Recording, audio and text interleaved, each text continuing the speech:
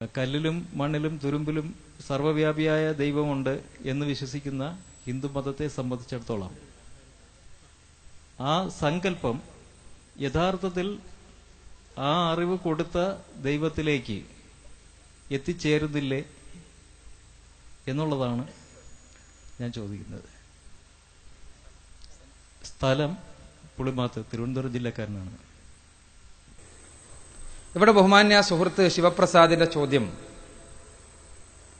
ഹൈന്ദവ ദർശനം ആദിമ കാലഘട്ടത്തിൽ ഏക ദൈവത്തിൽ അധിഷ്ഠിതമായിരുന്നു.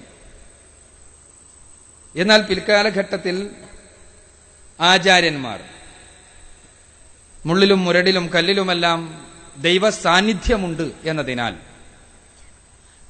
അവയെ മുഴുവനും ആരാധിക്കുവാൻ, അവയിൽ മുഴുവനും ദൈവത്തെ സങ്കല്പിക്കുവാൻ പറഞ്ഞു. അതിലെന്താണ് തെറ്റ് എന്നാണ് ഞാനിത് ആവർത്തിക്കുന്നത്. ഞാൻ മനസ്സിലാക്കിയത് തരാറുണ്ടെങ്കിൽ ശിവപ്രസാദിനെ തിരുത്താൻ വേണ്ടി. അല്ല ശിവപ്രസാദ് അല്ലെ? ആണല്ലോ. ഇവിടെ ഒന്നാമതായി തന്നെ അദ്ദേഹത്തിന്റെ ആദ്യത്തെ സെന്റൻസ് അദ്ദേഹം മനസ്സിലാക്കിയത് പ്രകാരം 100% ശരിയാണ്. പക്ഷേ അവിടെ ഹിന്ദു മതം എന്ന് പറയുമ്പോൾ എന്താണ് അർത്ഥമാക്കുന്നത് എന്ന ഒരു പ്രധാനപ്പെട്ട ചോദ്യമുണ്ട്.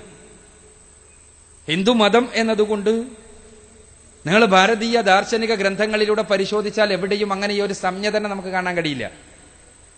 4 വേദസംഹിതകളാണ് ഹൈന്ദവ ദാർശനികതയുടെ അടിത്തറ. ഋഗ്വേദ, സാമവേദ, യജുർവേദാദി അഥർവവേദ, ചതുർവേദ സംഹിതകളിൽ ഇന്ന് ഉപലബ്ധമായ 108 ഉപനിഷത്തുക്കളിൽ, ബ്രാഹ്മണങ്ങളിൽ, ആരണ്യകങ്ങളിൽ, വേദാംഗങ്ങളിൽ, അഷ്ടാദശ പുരാണങ്ങളിൽ, സ്മൃതി ഗ്രന്ഥങ്ങളിൽ, ഇതിഹാസങ്ങളിൽ, രാമായണ മഹാഭാരതാദി ഇതിഹാസങ്ങളിൽ, ഏറ്റവും ആധുനിക ഹൈന്ദവതയുടെ ഗ്രന്ഥമായി വ്യവഹരിക്കപ്പെട്ടു പോരാറുള്ള ഭഗവത്ഗീതയിൽ അവിടെയൊന്നും തന്നെ നമുക്ക് കാണാൻ കഴിയുന്ന ഒരു സംജ്ഞയല്ല ഹിന്ദു എന്ന സംജ്ഞ. ഇവിടെ വിഷയാവതരണത്തിൽ സൂചിപ്പിച്ചതുപോലെ അതൊരു പ്രദേശവുമായി ബന്ധപ്പെട്ട് കിടക്കുന്ന സംജ്ഞയാണ്. സപ്ത സിന്ധുവുമായി ബന്ധപ്പെട്ട് കിടക്കുന്ന സംജ്ഞ, നമ്മുടെ നാടുമായി ബന്ധപ്പെട്ട് കിടക്കുന്ന സംജ്ഞ. സൈന്ധവ നാഗരികതയിൽ ജീവിച്ചിരുന്ന, സിന്ധു നദീതടത്തിൽ ജീവിച്ചിരുന്ന ആളുകളെ പുറത്തുള്ള ആളുകൾ വിളിക്കുവാൻ ഉപയോഗിച്ച സംജ്ഞ. അപ്പൊ ഹിന്ദു മതം എന്നാൽ എന്ത് എന്നുള്ള ചോദ്യത്തിന് നമ്മൾ അടിസ്ഥാനപരമായി ഈ സപ്തസിന്ധുവിൽ വളർച്ച പ്രാപിച്ച മതങ്ങൾ തന്നെയാണോ, മതമാണോ? സപ്തസിന്ധു കൊണ്ട് ഞാൻ പറഞ്ഞു, ആ സപ്തസിന്ധുവിൽ വളർച്ച പ്രാപിച്ച മതമാണോ? അങ്ങനെ പറയാൻ കഴിയുമോ? അങ്ങനെ പറയാൻ കഴിയില്ല. കാരണം ഇവിടെ ഒരുപാട് മതങ്ങൾ ഉണ്ടായിട്ടുണ്ട്. ഭാരതീയ ദാർശനിക ചരിത്രം നമ്മൾ പരിശോധിക്കുമ്പോൾ ദൈവത്തിൽ, ഈ പ്രപഞ്ചാതീതനായ സൃഷ്ടാവിലുള്ള അടിസ്ഥാന വിശ്വാസം ഉൾക്കൊണ്ട ഒരുപാട് മതങ്ങൾ, അതേപോലെ തന്നെ സൃഷ്ടിപൂജയിൽ അധിഷ്ഠിതമായ മതങ്ങൾ, ദൈവനിഷേധത്തിൽ അധിഷ്ഠിതമായ മതങ്ങൾ, ദൈവത്തെക്കുറിച്ച് ഒന്നും പരാമർശിക്കാത്ത മതങ്ങൾ, ഇങ്ങനെ നിരവധി അനവധി മതങ്ങൾ ഈ ഭാരതഭൂമിയിൽ ഉണ്ടായിട്ടുണ്ട്. നമുക്കറിയാവുന്നതാണ് സർവേശ്വരനായ തമ്പുരാനെ കുറിച്ച് കൃത്യമായി പഠിപ്പിക്കുന്ന വേദസംഹിതകളുടെ മതം. ആ വേദസംഹിതകളിൽ, ഈ വേദസംഹിതകൾ രചിച്ചിട്ടുള്ള ഋഷിമാരെന്നും മുനിമാരെന്നും വിളിച്ച് പരിചയപ്പെടുത്തിയപ്പോ, ആചാര്യന്മാരായി പറഞ്ഞപ്പോ, ഈ ഭാരതീയർ തന്നെ ആചാര്യനായി വിളിച്ചിട്ടുള്ള വ്യക്തികൾ, ആ വ്യക്തികൾ രൂപപ്പെടുത്തിയെടുത്ത മതം. ഉദാഹരണത്തിന് ചർവാക മുനി, ചർവാകന മുനി എന്നാ വിളിച്ചത്. ചർവാക മുനിയുടെ മതവും ഭാരതത്തിന്റെ മതമായിരുന്നു. ഭാരതത്തിൽ ഉണ്ടായ മതം എന്നുള്ള അർത്ഥത്തിലാണ് ഞാൻ പറയുന്നത്. അദ്ദേഹമാകട്ടെ ദൈവത്തെ, അന്നത്തെ ധർമ്മസങ്കല്പത്തെ എല്ലാം തന്നെ ശക്തമായി നിഷേധിച്ച, വിമർശിച്ച വ്യക്തിയാണ്. അദ്ദേഹം പറഞ്ഞത് അഗ്നിഹോത്രം ത്രയോ വേദം ത്രിദണ്ഡം ഭസ്മഗുണ്ഡം നം ബുദ്ധി പുരുഷഹീനാനാം ജീവികാദാതൃ നിർമ്മിതീന. 3 വേദങ്ങളും അതേപോലെ തന്നെ അഗ്നിഹോത്ര യാഗവും ദണ്ഡങ്ങളും ഭസ്മം പൂശുന്ന ഏർപ്പാടുമെല്ലാം കേവലം ജീവിക്കുവാൻ വേണ്ടി ഏതാനും ആളുകൾ നിർമ്മിച്ചെടുത്തതാണ്, ബുദ്ധിയില്ലാത്ത ആളുകൾ നിർമ്മിച്ചെടുത്തതാണെന്ന് പറഞ്ഞ ചർവാകമുനിയുടെ മതവും ഭാരതത്തിലുണ്ടായ മതമാണ്. ദൈവത്തെക്കുറിച്ചൊന്നും പറയാത്ത ബൗദ്ധ മതവും ബുദ്ധ ദർശനവും ഭാരതത്തിലുണ്ടായതാണ്. അതേപോലെ തന്നെ ഉപനിഷത്തുക്കളുടെ ദർശനവും ഭാരതത്തിലുണ്ടായതാണ്. ഇങ്ങനെ വ്യത്യസ്ത മതസഞ്ചയം സ്ഥിതി ചെയ്യുന്ന മതസഞ്ചയങ്ങളുടെ ചരിത്രം പറയാനുള്ള ഭാരതഭൂമിയിൽ നിന്ന് നമ്മൾ പരിശ്രമിക്കുന്നത്, ഇവിടെ വിഷയാവതരകൻ സൂചിപ്പിച്ചതുപോലെ പരിശ്രമിക്കുന്നത് ദൈവിക ദർശനം. സൃഷ്ടികർത്താവായ തമ്പുരാൻ മനുഷ്യർക്ക് മാർഗദർശനം നൽകി പ്രവാചകന്മാരെ, ദൈവദൂതന്മാരെ, പുണ്യപുരുഷന്മാരെ ലോകത്തിന്റെ വ്യത്യസ്തങ്ങളായ ഭാഗങ്ങളിലേക്ക് നിയോഗിച്ചിട്ടുണ്ട്. പരിശുദ്ധ ഖുർആൻ ഈ വിഷയകമായി കൃത്യമായ ഒരു വലിയ സന്ദേശം പഠിപ്പിക്കുന്നുണ്ട്. എന്താണ് ആ സന്ദേശം എന്നറിയാമോ? ഇന്ന് ലോകത്ത് ഏറ്റവും പ്രധാനപ്പെട്ട പ്രശ്നങ്ങളുടെ മുഴുവനും കാതൽ നമുക്ക് പറയാവുന്ന ആ പ്രശ്നങ്ങളുടെ കാതലിന്റെ അടിവേരറുക്കുകയാണ് പരിശുദ്ധ ഖുർആൻ. വൈൻ മിൻ ഉമ്മത്തിനില്ല ഖലാഫിഹാനദ. ഖുർആനിലെ ഒറ്റ പ്രഖ്യാപനം. എന്താണ് ആ പ്രഖ്യാപനം? ഖുർആനിലെ 35-ാമത്തെ അധ്യായം സൂറത്തുൽ ഫാത്തിറിലെ 24-ാമത്തെ വചനം. ഒരൊറ്റ സമുദായവും കഴിഞ്ഞു പോയിട്ടില്ല ഒരു ധർമ്മ സംസ്ഥാപകന്റെ, ഒരു പ്രവാചകന്റെ, ഒരു മുന്നറിയിപ്പുകാരന്റെ നിയോഗം ഉണ്ടായിട്ടല്ലാതെ. ഇതെന്താ ഇത്ര വലിയ പുതുമ? ഇതെന്താ ഇത്ര വലിയ സങ്കുചിതത്വത്തിന് വിരുദ്ധം? നിങ്ങൾക്കറിയാമല്ലോ, ഇന്ന് ലോക ഭീകരതയുടെ കേന്ദ്രം ഇസ്രായേലാണ്. ഇസ്രായേൽ ഭീകരതയുടെ അടിത്തറ എന്താണ്?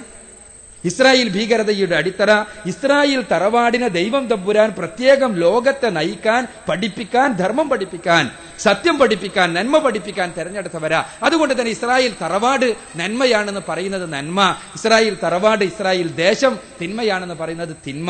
ഇതാണ് ഇസ്രായേലി സങ്കുചിതത്വത്തിന്റെ അടിത്തറ. അതാണ് സയനിസത്തിന്റെ എല്ലാം തന്നെ അടിത്തറയായി വർത്തിക്കുന്നത്. പരിശുദ്ധ ഖുർആൻ പറഞ്ഞത് എന്താ? ലോകത്തെല്ലാ സമുദായങ്ങളിലേക്കും എവിടെയൊക്കെ മനുഷ്യരുണ്ടായിട്ടുണ്ടോ അവിടേക്ക് മുഴുവനും ധർമ്മം പഠിപ്പിക്കാൻ പ്രവാചകന്മാരുടെ നിയോഗം ഉണ്ടായിട്ടുണ്ട്. ആ ധർമ്മം പഠിപ്പിക്കാൻ ഭാരതത്തിലേക്കും പ്രവാചകന്മാർ വന്നിട്ടുണ്ട്. ആ പ്രവാചകന്മാർ പഠിപ്പിച്ച ആശയം എവിടെ? ഈ മതസഞ്ചയത്തിന് നടുവിൽ നിന്ന് ആ ആശയം ഉത്ഖനനം ചെയ്തെടുക്കുവാനുള്ള പരിശ്രമമാണ് നമ്മൾ നടത്തുന്നത്. അവിടെയാണ് നമ്മൾ വേദസംഹിതകളിലൂടെ സഞ്ചരിക്കുന്നത്. ഇവിടെ പറഞ്ഞു ആദിമ കാലഘട്ടത്തിൽ ഏകത്വമായിരുന്നു. ഈ ഏകദൈവ വിശ്വാസം എന്ന് പറയുമ്പോൾ ആ സൃഷ്ടാവായ തമ്പുരാനെ കൃത്യമായി പരിചയപ്പെടുത്തുന്ന നിരവധി വചനങ്ങൾ. ആ ഏകത്വം എന്ന് പറയുമ്പോൾ എത്രത്തോളം നാം ചിന്തിക്കണം, ആ ഏകത്വത്തിന് എത്രത്തോളം ഹൈന്ദവ ദാർശനിക ഗ്രന്ഥങ്ങൾ സ്ട്രെസ് നൽകുന്നു. ഇപ്പൊ വേദസംഹിതകളിലെ പ്രാർത്ഥനകളുടെ സമുച്ചയമായി അവതരിപ്പിക്കാറുള്ള മഹാനിർവഹണ സ്തോത്രമുണ്ട്. മഹാനിർവഹണ സ്തോത്രം. ആ മഹാനിർവഹണ സ്തോത്രത്തിൽ 2-ാമത്തെ സ്തോത്രം എടുത്ത് പരിശോധിച്ചു നോക്കുക നിങ്ങൾ. ത്വമേകം ശരണ്യം ത്വമേകം വരണ്യം ത്വമേകം ജഗത്കാരണം വിശ്വരൂപം ത്വമേകം ജഗത്കർത്തൃപാതൃപ്രഹർത്തൃ ത്വമേകം പരം നിശ്ചലം നിർവികൽപ്പം. 5 തവണയാണ് സർവശക്തനായ സൃഷ്ടാവിന്റെ ഏകത്വത്തെക്കുറിച്ച് ആവർത്തിച്ചിട്ടുള്ളത്. 5 തവണ ഒരൊറ്റ ശ്ലോകത്തിൽ ഏകം ഏകം ഏകം ഏകം ഏകം എന്ന് ആവർത്തിക്കപ്പെട്ടിരിക്കുന്നു. ഈ സൃഷ്ടാവിന്റെ ഏകത്വം മാത്രം പറഞ്ഞു നിർത്തല്ല ചെയ്തത്. ഇവിടെ നമ്മൾ മനസ്സിലാക്കേണ്ടതുണ്ട്. നേരത്തെ ഇവിടെ ഉദ്ധരിക്കപ്പെട്ടു ശതരോപനിഷത്തിൽ 6-ാം അധ്യായത്തിൽ 7-ാമത്തെ വചനം. ആ സൃഷ്ടാവ് ആരാ? ആ സൃഷ്ടാവ് എല്ലാറ്റിനും അതീതനായിട്ടുള്ളവനാണ്. സൃഷ്ടികൾക്ക് മുഴുവനും അതീതനായിട്ടുള്ളവൻ. ആരൊക്കെ സൃഷ്ടികൾ? അത് എത്ര ഉന്നതരാണെങ്കിലും അധമരാണെങ്കിലും. ആ ശതരത്തിലെ വചനങ്ങൾ നിങ്ങൾ നോക്കുക. തമീശ്വരാണം പരമം മഹേശ്വര താം ദേവദാനാം പരമം ച ദൈവതം പതിം പദീനാം പരമം പരസ്ഥാത് വിധാമദേവം ഭുവനീശ മീഢ്യം. വളരെ കൃത്യമാണ് വചനം. എന്താ? തമീശ്വരാണം പരമം മഹേശ്വരം. ഐശ്വര്യം നൽകപ്പെട്ട ഒരുപാട് പേരുണ്ട് ഇവിടെ. ആ ഐശ്വര്യത്തിന്റെ മുഴുവനും കേന്ദ്രമായ പരമേശ്വരൻ ആരാണോ? താം ദേവദാനാം പരമം ച ദൈവതം. ദേവശബ്ദത്തിനർത്ഥം പ്രകാശിക്കുന്നവൻ എന്നാണ്. പ്രകാശത്താൽ സൃഷ്ടിക്കപ്പെട്ടവൻ. ദേവകളുണ്ട് ഇവിടെ, പ്രകാശത്താൽ സൃഷ്ടിക്കപ്പെട്ട. ആ ദേവകളുടെ മുഴുവനും ദേവ ആരാണോ അവരുടെ മുഴുവനും നാഥൻ ആരാണോ? താം പതിം പദീനാം പരമം പരസ്ഥാത്. സകല പതികളുടെയും സകല രക്ഷിതാക്കളുടെയും പരമനായ പതി ആരാണോ? വിധാമദേവം ഭുവനീശ മീഢ്യം. ഈ ദേവകൾ മുഴുവനും മീഢ്യം അർപ്പിക്കുന്ന അവനെ അറിയണം, അവനെ മനസ്സിലാക്കണം. അപ്പൊ ദേവകൾ വേറെ, ദേവന്മാർ ഈഢ്യം അർപ്പിക്കുന്ന ആ പരമനായ ദേവൻ വേറെ. അതേപോലെ തന്നെ മുണ്ടകോപനിഷത്തിലെ വചനം വളരെ കൃത്യമായി നമുക്ക് പഠിപ്പിച്ചു തരുന്നുണ്ട്. ആരാണ് ദൈവം തമ്പുരാൻ? ന തത്ര സൂര്യോ ഭാതി ന ചന്ദ്രതാരകം നേമാ വിദ്യുതോ ഭാന്തി കുതോയമഗ്നിഹി തമേവ ബാന്ധം അനുപാതി സർവം തസ്യ ഭാസ സർവമിതം വിഭാതി. മുണ്ടകോപനിഷത്തിലെ 2-ാം മുണ്ടകത്തിലെ 2-ാം അധ്യായത്തിലെ 15-ാമത്തെ വചനം. എന്താ? സൂര്യൻ ആരുടെ ആജ്ഞയനുസരിച്ചുകൊണ്ടാണോ, ആരെ ഭയപ്പെട്ടുകൊണ്ടാണോ ജ്വലിക്കുന്നത്, ചന്ദ്രൻ ആരുടെ നിയമങ്ങൾക്ക് വിധേയമായി കൊണ്ടാണോ പ്രഭ പുറപ്പെടുവിക്കുന്നത്, നക്ഷത്രങ്ങൾ ആരുടെ നിയമങ്ങൾക്ക് കൃത്യമായി പാലിച്ചുകൊണ്ടാണോ മിന്നിത്തിളങ്ങിക്കൊണ്ടിരിക്കുന്നത്? വിദ്യുത്തുക്കൾ അഥവാ മിന്നൽ പിണരുകൾ ആരെ ഭയപ്പെട്ടുകൊണ്ടാണോ ഉണ്ടായിക്കൊണ്ടിരിക്കുന്നത്? ഈ അഗ്നി ആരുടെ നിയമങ്ങൾക്ക് വിധേയമായിട്ടാണോ നിലനിൽക്കുന്നത്? അവനെ അറിയണം, അവനെ മനസ്സിലാക്കണം. അപ്പൊ ഈ നിയമം അനുസരിക്കുന്നവയാണ് ഈ പ്രപഞ്ചത്തിലെ എല്ലാ സംവിധാനങ്ങളും. ആരുടെ നിയമം? മറ്റാരുടെയോ? അവനാരാ? അവന് വല്ല പ്രതിമകളോ മറ്റോ ഉണ്ടോ? വളരെ പ്രധാനപ്പെട്ട ഒരു പ്രശ്നമാണത്. ഹൈന്ദവ ദർശനത്തെ സംബന്ധിച്ചിടത്തോളം ഒരുപാട് ചർച്ച ചെയ്യപ്പെട്ട ഒരു കാര്യ. എന്ത്? അവന് രൂപങ്ങൾ കൽപ്പിക്കാൻ കഴിയുമോ, അല്ലെങ്കിൽ അവനെ രൂപങ്ങളിൽ പ്രതിഷ്ഠിക്കാൻ കഴിയുമോ? ഇതിന് യജുർവേദം കൃത്യമായ മറുപടി നൽകുന്നുണ്ട്. യജുർവേദത്തിലെ 32-ാമത്തെ അധ്യായത്തിലെ 8-ാമത്തെ വചനം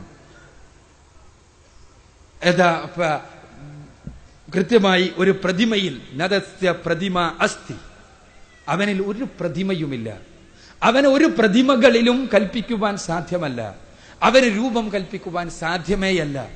രൂപം കൽപ്പിക്കുന്നത് എങ്ങനെ? രൂപം കൽപ്പിക്കണമെങ്കിൽ അവന്റെ രൂപം അറിയാൻ മാർഗം വേണമല്ലോ. രൂപം അറിയാൻ മാർഗമില്ലാത്തത് കൊണ്ട് തന്നെ രൂപം കൽപ്പിക്കാൻ കഴിയില്ല. രൂപം അറിയാൻ മാർഗമില്ല എന്ന് കേനോപനിഷത്ത് കൃത്യമായി പഠിപ്പിച്ചു. യച്ചുഷാന പശ്യതി ഏന ചക്ഷുംഷി പശ്വതി തദേവ ബ്രഹ്മത്വം വിധി നേതം യതിദം ഉപാസതേ. കേനോപനിഷത്തിലെ 1-ാം അധ്യായത്തിലെ 6-ാമത്തെ വചനം. ആരെയാണോ കണ്ണുകൊണ്ട് കാണാൻ കഴിയാത്തത്, എന്നാൽ കണ്ണുകൾക്ക് കാഴ്ചശക്തി നൽകുന്നത് ആരാണോ അവനാണ് ബ്രഹ്മം. അവന് നിങ്ങൾ വിളിച്ചു പ്രാർത്ഥിച്ചു കൊണ്ടിരിക്കുന്ന, നിങ്ങൾ ഉപാസിച്ചു കൊണ്ടിരിക്കുന്ന വസ്തുക്കളൊന്നും യഥാർത്ഥത്തിൽ ബ്രഹ്മമല്ല. കൃത്യമാണ് വചനം. അപ്പോൾ നമുക്ക് കണ്ണുകൊണ്ട് കാണാൻ കഴിയില്ലെങ്കിൽ, നമ്മുടെ ഇന്ദ്രിയങ്ങൾക്ക് ചെന്നെത്താൻ സാധ്യമല്ലെങ്കിൽ പിന്നെ എങ്ങനെയാണ് അവന് രൂപങ്ങൾ ഉണ്ടാക്കുക? രൂപം ഉണ്ടാക്കാൻ കഴിയില്ല. അതേപോലെ തന്നെ അവൻ അത് അവതരിക്കുകയുമില്ല. അതേപോലെ തന്നെ അവന് ഈ പ്രപഞ്ചത്തിന് അതീതനാണ്. അഥവാ ഈ പ്രപഞ്ചത്തെ സൃഷ്ടിച്ച പ്രപഞ്ചത്തിലെ ചെറുതും വലുതുമായ സംവിധാനങ്ങൾ മുഴുവനും അവന്റെ നിയമം അനുസരിച്ചുകൊണ്ട് നടന്നുകൊണ്ടിരിക്കുന്നു. അപ്പോ ആ നിയമം അനുസരിച്ച് നടന്നുകൊണ്ടിരിക്കുന്നവന്റെ സൃഷ്ടിയാണ് പ്രപഞ്ചം. അവനാകട്ടെ നിയമത്തിന്റെ ദാതാവാണ്, പ്രപഞ്ചത്തിന് അതീതനാണ്, പദാർത്ഥത്തിന് അതീതനാണ്. ഇനി ആരെ ആരാധിക്കണം എന്നുള്ള പ്രശ്നം അവിടെയും കൃത്യമായി പറഞ്ഞു. യജുർവേദത്തിലെ 40-ാം അധ്യായത്തിലെ 9-ാമത്തെ വചനത്തിൽ അന്ധം തമഹ പ്രവിശന്തിയെ സംഭൂതി മുപാസതേ തതോ ഭൂയ ഇവതേ തമോയ ഉസംഭൂതിയാം രഥഃ. ആരെ ആരാധിക്കണം എന്ന് പറയുന്നതിന് മുമ്പ് ആരെ ആരാധിച്ചുകൂടാന്നാ പറഞ്ഞത്. അത് രസകരമായ ഒരു ശൈലിയാണ്, പ്രവാചകന്മാരുടെ മുഴുവനും ശൈലി. പ്രവാചകന്മാർ ഇസ്ലാമിന്റെ അടിസ്ഥാന തത്വം എന്താ? ലാ ഇലാഹ ഇല്ലല്ലാഹ്. നമുക്കറിയാലോ, ലാ ഇലാഹ ഇല്ലല്ലാഹ് നമ്മൾക്ക് എല്ലാവരും കേട്ടിട്ടുള്ളതാണ്, മുസ്ലിങ്ങൾ അല്ലാത്തവർക്കും അറിയാവുന്നതാണ്. ലാ ഇലാഹ ഇല്ലല്ലാഹ് എന്ന് പറഞ്ഞാൽ എന്താ? പ്രവാചകന്മാർ മുഴുവനും പഠിപ്പിച്ച അടിസ്ഥാന തത്വമായി പരിശുദ്ധ ഖുർആൻ അവതരിപ്പിക്കുന്ന ആശയമാണത്. ആ ആശയത്തിന്റെ ആദ്യത്തെ പകുതി നോക്കൂ നിങ്ങൾ. ലാ ഇലാഹ നിഷേധമാണ്. ഒരൊറ്റ ആരാധ്യരുമില്ല ഇല്ലല്ലാഹ്, സർവേശ്വരനായ സർവലോക സൃഷ്ടാവായ തമ്പുരാനൊഴിച്ച്, അള്ളാഹു ഒഴിച്ച്. ഇവിടെ ആദ്യം നിഷേധമാണ്. ഇതേപോലെ തന്നെ യജുർവേദത്തിലെ വചനം നിഷേധിക്കുകയാണ്. അന്ധം തമഹ പ്രവിശന്തിയെ സംഭൂതി മുപാസതേ. സംഭൂതികളെ ഉപാസിക്കുന്നവർ മുഴുവനും അന്ധകാരത്തിലാണ് പതിക്കുക, നരകത്തിലാണ് പതിക്കുക. അസംഭൂതികളുടെ ഉപാസന എന്താ? അസംഭൂതി എന്ന് പറഞ്ഞാൽ ഞാൻ എന്റെ വ്യാഖ്യാനം പറയുന്നില്ല, എന്റേതായ വ്യാഖ്യാനം പറഞ്ഞാൽ സ്വാഭാവികമായും ഹൈന്ദവ ദാർശനിക ഗ്രന്ഥങ്ങൾ വ്യാഖ്യാനിക്കുവാൻ ഉള്ള അവകാശമൊന്നും നമുക്കില്ല. മഹർഷി ദയാനന്ദ സരസ്വതി അദ്ദേഹത്തിന്റെ സത്യാർത്ഥ പ്രകാശത്തിൽ വളരെ കൃത്യമായി ഈ വചനത്തെ വ്യാഖ്യാനിക്കുന്നുണ്ട്. ആരാണ് അസംഭൂതി എന്ന് പറഞ്ഞാൽ അദ്ദേഹം പറയുന്നത് ജന്മമോ മരണമോ ഉള്ള, തുടക്കമോ ഒടുക്കമോ ഉള്ള, ഉണ്ടാവുകയോ നശിക്കുകയോ ചെയ്യുന്ന എല്ലാം അസംഭൂതികളാണ്. അപ്പോൾ അസംഭൂതികളെ ഉപാസിക്കുന്നവർ ഘോരമായ അന്ധകാരത്തിലാണ് പതിക്കുക എന്ന് പറഞ്ഞത് യജുർവേദമാണ്, ഈശാവാസ്യോപനിഷത്താണ്, അതിലെ ഋഷിയാണ്. അപ്പോ അസംഭൂതികളെ ഉപാസിക്കാൻ പറ്റുമോ? അഥവാ എന്നിട്ട് ഉപനിഷത്ത് സർവസ്വത്തിൽ ഡി രാമനമ്പൂതിരി അതിന് പരിഭാഷ കൊടുത്തപ്പോൾ കൃത്യമായി പറഞ്ഞു, നശ്വരങ്ങളായ ദേവപിതൃ മാനവാദികളെ ഉപാസിക്കുന്നവർ ഘോരമായ അന്ധകാരത്തിലാണ് പതിക്കുക. നശ്വരങ്ങളായ ദേവന്മാരെയും പിതൃക്കളെയും മാനവാദികളെയും ഉപാസിച്ചുകൂടാ. പിന്നെ ആരെയാണ് ഉപാസിക്കേണ്ടത്? അനശ്വരനായ പരമാത്മാവിനെയാണ്, പരബ്രഹ്മത്തെയാണ്. ഈ ആശയത്തിൽ നിന്ന് പിന്നെ എങ്ങനെ വഴിതെറ്റിപ്പോയി? ഇവിടങ്ങളിൽ ലോകത്തെ എല്ലാ മതസമൂഹങ്ങളെ എടുത്തോളൂ. ലോകത്തെ ഏത് മതസമൂഹങ്ങൾ എടുത്തോളൂ, അടിസ്ഥാന ആശയങ്ങളിൽ ഏകദൈവ ആരാധനയുണ്ട്, ഏകദൈവ വിശ്വാസമുണ്ട്. പക്ഷേ അതിൽ നിന്ന് വഴിതെറ്റിപ്പോകുന്നത് എവിടെ നിന്ന സൃഷ്ടാവായ തമ്പുരാനുണ്ട്. പക്ഷേ സൃഷ്ടികളെ ആരാധിക്കാം, പ്രാർത്ഥിക്കാം, അവരെ പൂജകൾ നടത്താം, അവരെ ആരാധിക്കാം എന്നുള്ള സങ്കല്പം. അതിന് വ്യത്യസ്തങ്ങളായ ന്യായീകരണങ്ങൾ, പല സമൂഹങ്ങളും പല ന്യായീകരണങ്ങൾ. ഇപ്പൊ ഭാരതീയ ദർശനത്തിൽ തന്നെ ഇതിന് പല ന്യായീകരണങ്ങൾ കാണുന്നവരുണ്ട്. ഇപ്പൊ അദ്വൈത പ്രകാരമുള്ള ന്യായീകരണമാണ് ബഹുമാന്യനായ സുഹൃത്ത് പറഞ്ഞത്. എന്താ? എല്ലാറ്റിലും ദൈവമുണ്ടെങ്കിൽ പിന്നെ എല്ലാറ്റിനെയും ആരാധിച്ചുകൂടെ എന്നാണ്. എല്ലാറ്റിനും ദൈവമുണ്ടോ എന്നൊരു പ്രശ്നം ചർച്ച ചെയ്യപ്പെടേണ്ട ഒരു പ്രശ്നമാണ്. ഉപനിഷത്തുക്കൾ പഠിപ്പിക്കുന്ന പരമാത്മാവ്, പരബ്രഹ്മം, പ്രപഞ്ചത്തിനതീതനായ, പദാർത്ഥത്തിനതീതനായ ഈ പ്രപഞ്ചത്തെ സൃഷ്ടിച്ചു പരിപാലിക്കുന്ന, പ്രപഞ്ചം അവന്റെ നിയമങ്ങൾ പ്രകാരം നടന്നുകൊണ്ടിരിക്കുന്ന സർവേശ്വരനാണ്. പരിശുദ്ധ ഖുർആൻ പരിചയപ്പെടുത്തുന്ന സർവശക്തനായ അള്ളാഹുവും അതേപോലെ തന്നെ. എന്നാൽ ഈ വചനങ്ങളെ എല്ലാം വ്യാഖ്യാനിച്ചുകൊണ്ട് എല്ലാറ്റിലും ദൈവം കുടികൊള്ളുന്നു എന്നൊരാശയം പഠിപ്പിക്കാൻ വേണ്ടി ശ്രമിച്ചിട്ടുണ്ട്. അതെന്തിനു വേണ്ടിയാണ്? ഈ സാധാരണ ജനത്തിന്റെ പിൽക്കാലഘട്ടത്തിൽ പൗരോഹിത്യം കടന്നു വന്നതിന് ശേഷം ആളുകളെ വഴിതെറ്റിച്ച് പൗരോഹിത്യത്തിന് കടന്നു വരണമെങ്കിൽ എന്താ മാർഗമുള്ളൂ? സൃഷ്ടാവായ ദൈവം, എന്നെക്കുറിച്ച് കൃത്യമായി അറിയാവുന്ന പടച്ചോൻ, എന്നെ പടച്ച പടച്ചോൻ, എന്റെ മനസ്സിന്റെ ഓരോ ചലനങ്ങളും അറിയാവുന്ന പടച്ചോൻ, എന്റെ ഓരോ കാര്യങ്ങളെയും കുറിച്ച് അറിയാവുന്ന തമ്പുരാൻ, അവനും ഞാനും തമ്മിൽ ഉള്ള അടുപ്പം എന്ന് പറഞ്ഞാൽ എന്താ? എന്നെക്കുറിച്ച് കൃത്യമായി അറിയാവുന്ന സർവേശ്വരനായ തമ്പുരാനെ ഞാൻ ഉൾക്കൊണ്ട് കഴിഞ്ഞാൽ പിന്നെ എനിക്കും ആ സർവേശ്വരനായ തമ്പുരാനും തമ്മിൽ ഒരു ഇടയാളൻ, ഒരു മധ്യവർത്തി, ഒരു ശുപാർശകൻ, ഒരു നടുവിൽ നിൽക്കേണ്ടവൻ കടന്നു വരേണ്ട കാര്യമില്ല. കാരണം എന്താ വെച്ചാൽ എന്നെ കൃത്യമായി അറിയുന്നവനാണവൻ. അതുകൊണ്ട് തന്നെ സർവേശ്വരനായ തമ്പുരാനാണവൻ. എന്നാൽ പുരോഹിതന്മാർ പിന്നീട് എന്ത് ചെയ്തു എന്ന് വെച്ചാൽ, ഈ സർവേശ്വരനായ തമ്പുരാന് പകരം മറ്റുള്ള പുണ്യാത്മാക്കളെ പ്രാർത്ഥിക്കുന്ന, ആരാധിക്കുന്ന സമ്പ്രദായം കൊണ്ടുവന്നപ്പോ ആ പുണ്യാത്മാക്കളുടെ സ്വന്തക്കാരും ബന്ധുക്കാരുമായി പുരോഹിതന്മാരായി ഉണ്ടായി. അപ്പൊ അവരിലേക്ക്, ഈ പുണ്യാത്മാക്കളിലേക്ക്, മഹാന്മാരായ ദിവ്യ പുരുഷന്മാരിലേക്ക് അടുക്കാൻ പൗരോഹിത്യം ആവശ്യമാണെന്നുള്ള അവസ്ഥാവിശേഷം ഉണ്ടായി. ആ പുരോഹിതന്മാരുടെ സൃഷ്ടിയാണ് പിൽക്കാലഘട്ടത്തിൽ ഉണ്ടായ എല്ലാ ബഹുദൈവാരാധനാ സമ്പ്രദായങ്ങളും. മനുഷ്യർ സ്വാഭാവികമായും ഏകദൈവ വിശ്വാസത്തിൽ നിന്ന് വ്യതിചലിക്കുവാൻ സ്വാഭാവികമായുള്ള ഒരു തൃഷ്ണയുണ്ട്. അതെന്താ? ഈ ഏകദൈവ വിശ്വാസത്തിൽ നിന്ന് മനുഷ്യരെ വ്യതിചലിപ്പിക്കുവാൻ അവന്റെ നമ്പർ 1 ശത്രുവായ പിശാച് ചെകുത്താൻ ശ്രമിച്ചുകൊണ്ടിരിക്കുന്നു എന്നുള്ളത് കൊണ്ട് തന്നെ അതുകൊണ്ട് ഈ സൃഷ്ടാവായ തമ്പുരാൻ ആരാധിക്കുന്നതിന് പകരം സൃഷ്ടിപൂജയിലേക്ക് മനുഷ്യരെ കൊണ്ടുപോകുവാൻ പരമാവധി പണിയെടുത്തുകൊണ്ടിരിക്കും പിശാച്. അതെങ്ങനെയാ ചെയ്യുക? അത് കേവലം സൃഷ്ടിപൂജ ശരിയാണ് എന്ന് പറഞ്ഞ് അവതരിപ്പിച്ചിട്ടല്ല, മറിച്ച് സൃഷ്ടാവിനെ ആരാധിക്കുന്നത് തന്നെയാണ് സൃഷ്ടിപൂജ എന്ന് വരുത്തി തീർക്കാൻ വേണ്ടി പല മാർഗങ്ങൾ ഉപയോഗിക്കും. ഇപ്പൊ പ്രവാചകന്മാർ പിൽക്കാലഘട്ടത്തിൽ ആരാധിക്കപ്പെട്ടു. നമുക്കറിയാം, ബഹുദൈവ ആരാധനക്കെതിരെ ശക്തമായി നിലകൊണ്ട വ്യക്തിയാണ് ഇബ്രാഹിം നബി അലൈഹി സ്വലാത്തു വസ്സലാം. പരിശുദ്ധ ഖുർആനും പറയുന്നു, ബൈബിളും പറയുന്നു. ഈ ഇബ്രാഹിം നബി വിഗ്രഹ പൂജക്കെതിരെ ശക്തമായി പോരാടിയ വ്യക്തി. പക്ഷെ ആ ഇബ്രാഹിം നബിയുടെ വിഗ്രഹമായിരുന്നു മുഹമ്മദ് റസൂലുള്ളാഹി സ്വല്ലല്ലാഹു അലൈഹി വസല്ലം വന്നപ്പോൾ കഅബയിലെ പ്രധാനപ്പെട്ട പ്രതിഷ്ഠകളിൽ ഒന്ന്. ഇതെന്താ സംഭവിച്ചത്? ഇബ്രാഹിം നബി വിഗ്രഹാരാധനക്കെതിരെ പോരാടി, അദ്ദേഹത്തെ ആദരിച്ച് അവസാനം ദൈവമാക്കി അദ്ദേഹം വിളിച്ചു പ്രാർത്ഥിക്കപ്പെടുന്ന, ആരാധിക്കപ്പെടുന്ന അവസ്ഥാവിശേഷമുണ്ടായി. അദ്ദേഹം പ്രതിഷ്ഠിക്കപ്പെടുന്ന അവസ്ഥയുണ്ടായി. ഇതേപോലെ തന്നെ എല്ലാ മതസമൂഹങ്ങളിലും സംഭവിച്ചത് നമുക്ക് കാണാൻ കഴിയും. അപ്പൊ അത് ഞാൻ സൂചിപ്പിക്കുന്നത് ഭാരതീയ സമൂഹത്തിലും സംഭവിച്ചിട്ടുണ്ടാകുവാൻ സാധ്യത അത് തന്നെയാണ്. അതാണ് പിൽക്കാലഘട്ടത്തിൽ നിങ്ങൾ നോക്കുക. പിന്നെ പിൽക്കാലഘട്ടത്തിൽ പുരാണങ്ങളുടെ കാലമായപ്പോഴേക്ക് ഈ ബഹുദൈവ ആരാധനാ സമ്പ്രദായം വളർന്ന് വികസിച്ച് സംഘടനാത്മകമായ തലത്തിലെത്തി ഇങ്ങനെ പല തലങ്ങളിലേക്ക് പോകുന്നത് നമുക്ക് കാണാൻ കഴിയും. ഇവിടെ സുഹൃത്തിന്റെ യുക്തിപരമായ ചോദ്യത്തിന് ഹൈന്ദവ ദാർശനികതയുടെ അടിസ്ഥാനത്തിൽ ഉള്ള ചില വിഷയങ്ങൾ പറഞ്ഞുകൊണ്ട് ആരംഭിച്ചു എന്ന് മാത്രമേ ഉള്ളൂ.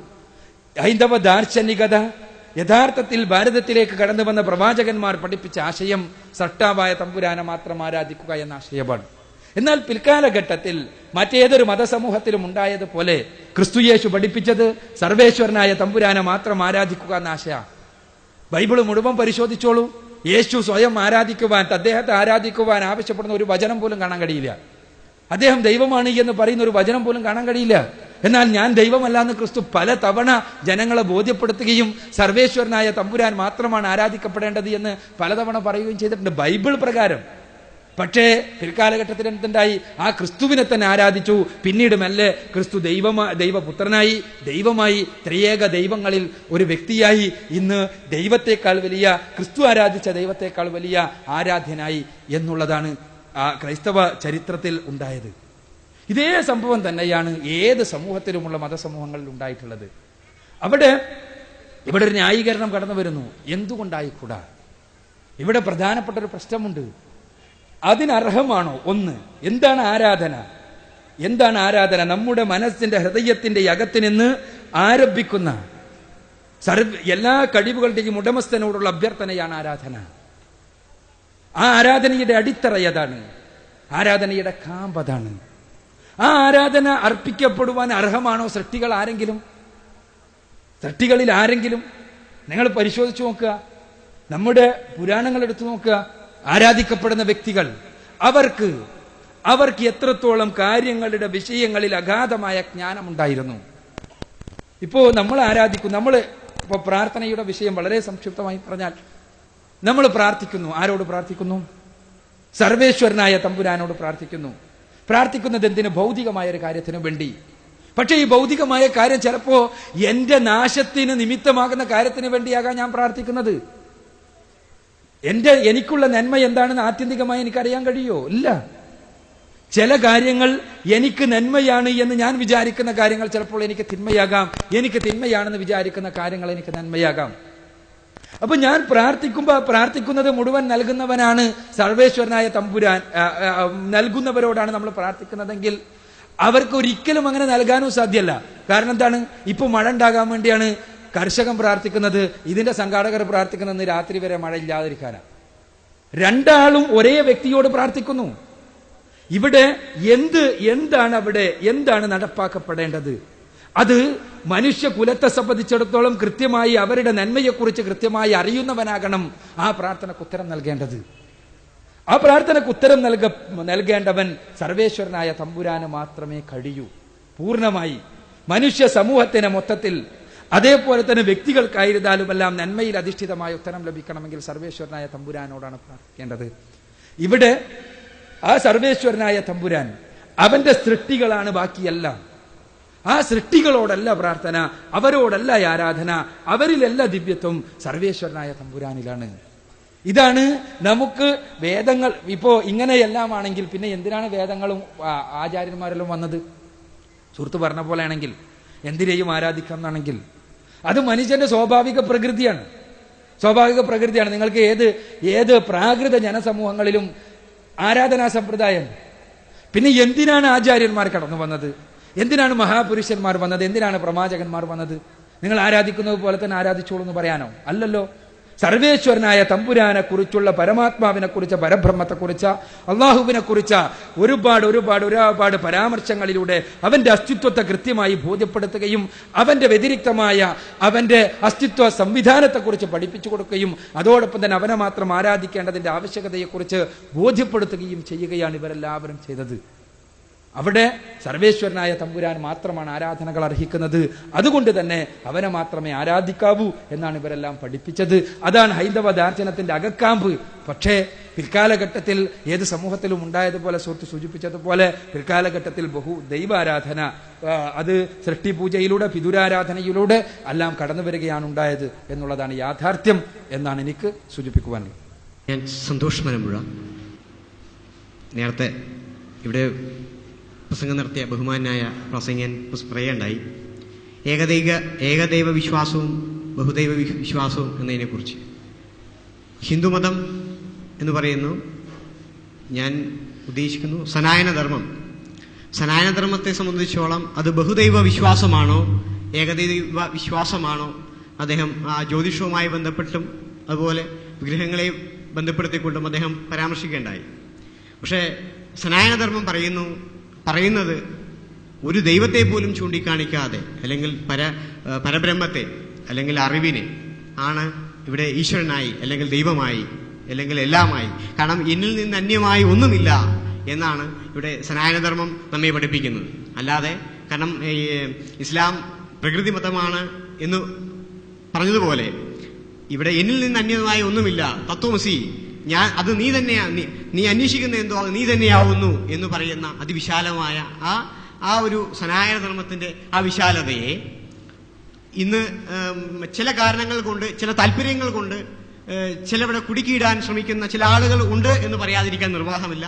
അപ്പൊ അത്തരം വളരെ സങ്കുചിതമായ താല്പര്യങ്ങൾക്ക് പിറകിൽ, അല്ലെങ്കിൽ ആ സങ്കുചിത താല്പര്യങ്ങൾക്ക് പിറകിൽ, അല്ലെങ്കിൽ അതിന്റെ കാരണങ്ങളുമായി ഇത്തരം താല്പര്യങ്ങൾ പ്രചരിപ്പിക്കുന്ന, അല്ലെങ്കിൽ താല്പര്യങ്ങൾക്ക് പിറകിൽ നിന്നുകൊണ്ട് ഈ മതത്തെ അല്ലെങ്കിൽ സനാതനധർമ്മത്തെ വളച്ചൊടിക്കുന്ന ആളുകളിലൂടെ, അല്ലെങ്കിൽ അത്തരം ആളുകൾ പറയുന്ന സംഗതികളിലൂടെ ഇത്തരം നല്ല സദസ്സുകളിൽ സനാതനധർമ്മത്തെ അവതരിപ്പിക്കാതെ, സനാതനധർമ്മത്തിൽ പറയുന്നത് അറിവാകുന്നു സത്യമായി. കാരണം ഞാൻ ഒരു ശ്രീനാരായണ ധർമ്മ പ്രചരണ രംഗത്ത് നിൽക്കുന്ന ആള് എന്ന നിലയ്ക്ക്, ഗുരുദേവ ദർശനങ്ങളെ കുറിച്ച് പഠിക്കുന്ന ഒരാളെന്ന നിലയ്ക്ക്, കാരണം ഇന്ന് സനാതനധർമ്മത്തിന്റെ ഒരു വലിയ പ്രവാചകൻ, അല്ലെങ്കിൽ ഇന്ന് ഒരു വളരെ ശക്തമായ ഇന്നും ഹിന്ദുമതം എന്ന് പറയുന്ന ഒരു മതം അവശേഷിക്കുന്നുണ്ടെങ്കിൽ അത് ശ്രീനാരായണ ഗുരുദേവന്റെ പ്രവർത്തനത്തിലൂടെയാണ് എന്ന് ഇന്ന് ഹൈന്ദവ മതവിശ്വാസികളടക്കം, ഹൈന്ദവ മത നേതാക്കളടക്കം ഇന്ന് പറയുന്ന ഈ കാലഘട്ടത്തിൽ. അപ്പൊ അദ്ദേഹത്തിന്റെ സന്ദേശം എന്തായിരുന്നു? അദ്ദേഹം അറിവ്, പരമമായ അറിവ്, നാം അറിയുന്നത് എന്താണോ, നാം എന്തിനെയാണോ അറിയുന്നത്, വെളിച്ചം എന്താണോ അതാണ് സത്യത്തിൽ ഈശ്വരൻ അല്ലെങ്കിൽ ദൈവം എന്ന് പറയുന്ന, അതാണ് സത്യത്തിൽ സനാതനധർമ്മം പറയുന്നത്. അതല്ലാതെ ഈ വിഗ്രഹങ്ങളെല്ലാം, വിഗ്രഹം എന്നാൽ വിശേഷേണ ഗ്രഹിച്ചത് എന്നാണല്ലോ. അപ്പൊ വിശേഷേണ ഗ്രഹിച്ച വിഗ്രഹങ്ങളും അമ്പലങ്ങളും ഒക്കെ ആ പരമമായ അറിവിലേക്ക്, ആ ദൈവത്തിലേക്ക് എത്തുവാനുള്ള ഉപാധി മാത്രമാണ്. അത് ദൈവമല്ല. കാരണം അത് അവിടേക്ക് എത്തിച്ചെല്ലുവാനുള്ള, പരമമായ അറിവിലേക്ക്, ആ പരബ്രഹ്മത്തിലേക്ക് എത്തിച്ചെല്ലുവാനുള്ള ഒരു ഉപാധി മാത്രമാണ് എന്നതാണ് ഈ സനാതന. അപ്പൊ സനാതനധർമ്മത്തെ കുറിച്ച് ഇത്തരം സദസ്സുകൾ പ്രതിപാദിപ്പിക്കുമ്പോൾ അത്തരം വിഷയങ്ങളിലൂടെ പറയുന്നതായിരിക്കും നല്ലത് എന്ന് ഞാൻ ആഗ്രഹിക്കുകയാണ്. വളരെ പ്രസക്തമായ ഒരു ചോദ്യമാണ് സുഹൃത്തോടെ ചോദിച്ചിട്ടുള്ളത്. സനാതനധർമ്മം, ആ സനാതനധർമ്മം എന്ത് എന്നുള്ള വിഷയം പണ്ഡിതന്മാർക്കിടയിൽ ചർച്ചകളുമായി മുന്നോട്ട് പോവാണ്. എന്താന്ന് വെച്ചാൽ അത് സുഹൃത്ത് പറഞ്ഞ പോലെ അദ്വൈതമാണോ, പൂർണ്ണമായ അദ്വൈതമാണോ, അതല്ല അദ്വൈതത്തെ വിമർശിച്ചുകൊണ്ട് മാധ്വാചാര്യർ പറഞ്ഞ ദ്വൈതമാണോ, അതുമല്ല ഇത് രണ്ടിനെയും ഏകദേശം ഇണക്കിക്കൊണ്ട്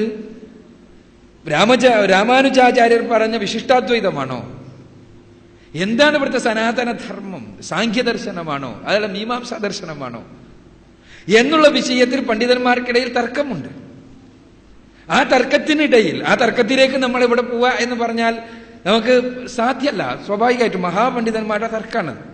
അപ്പൊ അതിൻ്റെ ഇടയിൽ നമ്മൾ കാണുന്ന, നമ്മൾക്ക് വായിക്കാൻ കഴിയുന്ന വേദസംഹിതകളുടെ, ഉപനിഷത്തുക്കളുടെ ഒരു യാഥാർത്ഥ്യമുണ്ട്.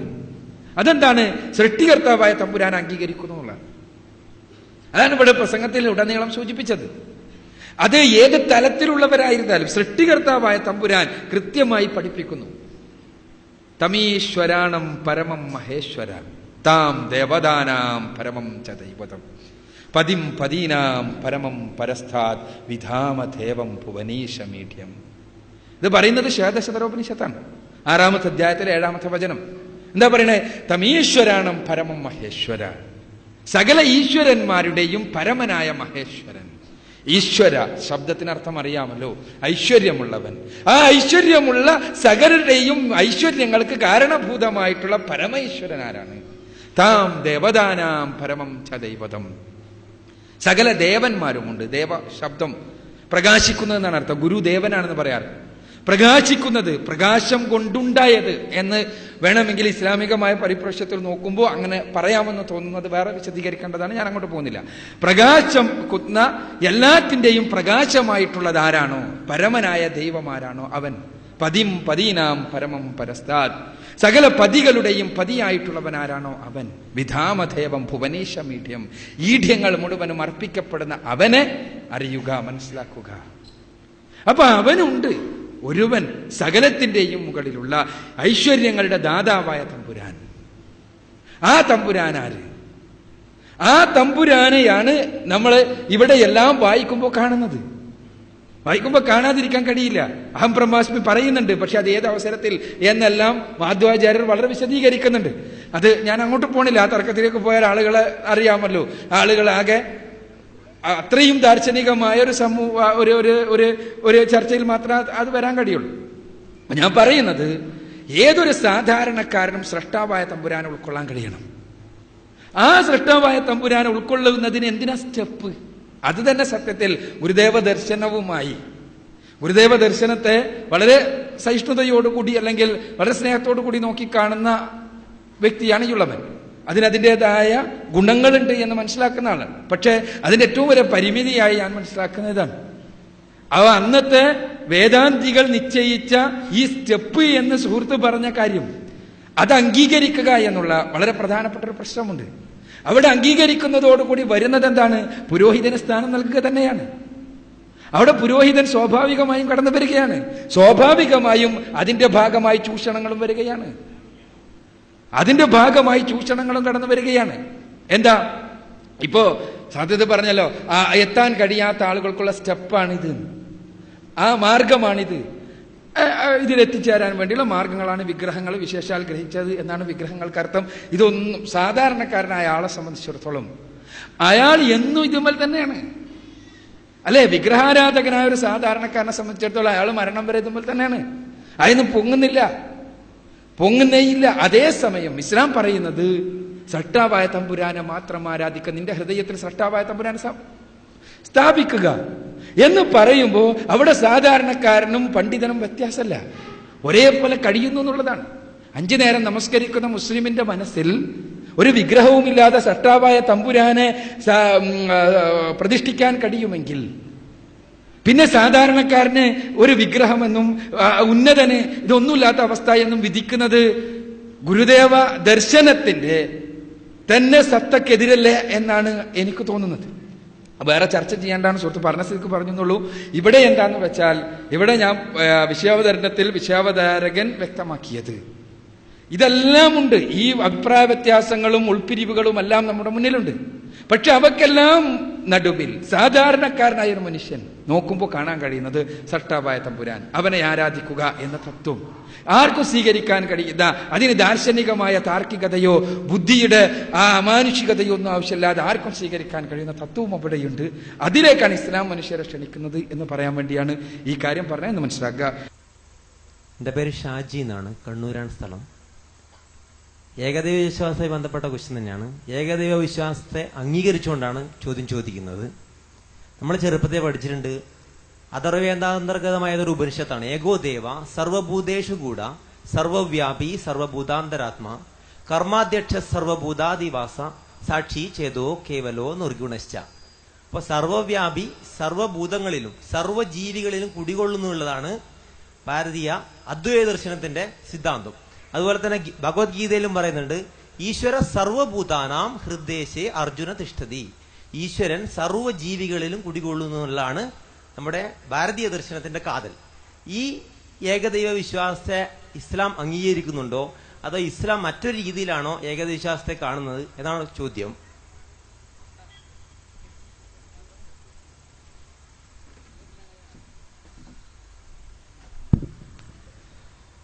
സുഹൃത്ത് ഷാജിയുടെ ചോദ്യം ഹൈന്ദവ ദർശനത്തിൽ അഥർവവേദീയമായ ഒരു വചനം, അതേപോലെ തന്നെ ഈ ഗീതയിലുള്ള ദൈവം തമ്പുരാന സർവഭൂതാനം എന്ന് പറഞ്ഞ സർവഭൂതങ്ങളിലും സ്ഥിതി ചെയ്യുന്നവനാണെന്ന് പറഞ്ഞ വചനം, ഇവയുടെ അടിസ്ഥാനത്തിൽ അദ്വൈത ദർശനം ഈ പ്രപഞ്ചത്തിലെ എല്ലാ വസ്തുക്കളിലും സർവേശ്വരനായ തമ്പുരാനുണ്ടെന്ന് പറയുന്നു. ഇത് ഇസ്ലാം അംഗീകരിക്കുന്നുണ്ടോ ഇല്ലേന്ന് വളരെ പ്രസക്തമായൊരു ചോദ്യമാണ്. പക്ഷേ ഇത് ഈ വചനങ്ങളുടെ അദ്വൈത വ്യാഖ്യാനം മാത്രമാണ്. ഭാരതീയ ദാർശനിക ധാരയിൽ അദ്വൈത വ്യാഖ്യാനവുമായി കടന്നു വന്ന ബാദരായണൻ മുതൽ ശ്രീ ശങ്കരാചാര്യർ വരെയുള്ള മഹാന്മാരായ ആചാര്യന്മാരുടെ അദ്വൈത വ്യാഖ്യാനത്തെ മുഴുവനും വിമർശിച്ചുകൊണ്ട് അവർ പറയുന്ന രീതിയിലല്ല ഈ പ്രപഞ്ചവും സർവേശ്വരനായ തമ്പുരാനും അഥവാ പരമാത്മാവും ജീവാത്മാവും രണ്ടും രണ്ട് അസ്തിത്വങ്ങൾ തന്നെയാണ് എന്ന് സ്ഥാപിച്ചുകൊണ്ട് ഭാരതീയ ദാർശനികന്മാർ ഒരുപാടുണ്ടായിട്ടുണ്ട് എന്നുള്ളതാണ് സത്യം. അവിടെ ഭാരതീയ ദാർശനികന്മാർ വളരെ കൃത്യമായി പഠിപ്പിച്ച, ഇത് മാധ്വാചാര്യർ നമുക്കറിയാം, ദ്വൈതത്തിന്റെ ആചാര്യരായിരുന്നു. ദ്വൈതാചാര്യനായ മാധ്വാചാര്യർ ശ്രീ ശങ്കരാചാര്യർ ഈ ഗീതക്കും അതേപോലെ തന്നെ മറ്റു ഉപനിഷത്തുക്കൾക്കുമെല്ലാം എഴുതിയ പ്രസ്ഥാനത്രയങ്ങൾക്ക് നൽകിയ വ്യാഖ്യാനത്തെ മുഴുവനും വിമർശിക്കുകയും അദ്ദേഹത്തിൻ്റെതായ വ്യാഖ്യാനങ്ങളിലൂടെ സൃഷ്ടിപ്രപഞ്ചം എന്നത് സൃഷ്ടാവിൽ നിന്ന് വേറിട്ട് നിൽക്കുന്ന അസ്തിത്വമാണ് എന്ന് സ്ഥാപിക്കുകയും ചെയ്തിട്ടുണ്ട്.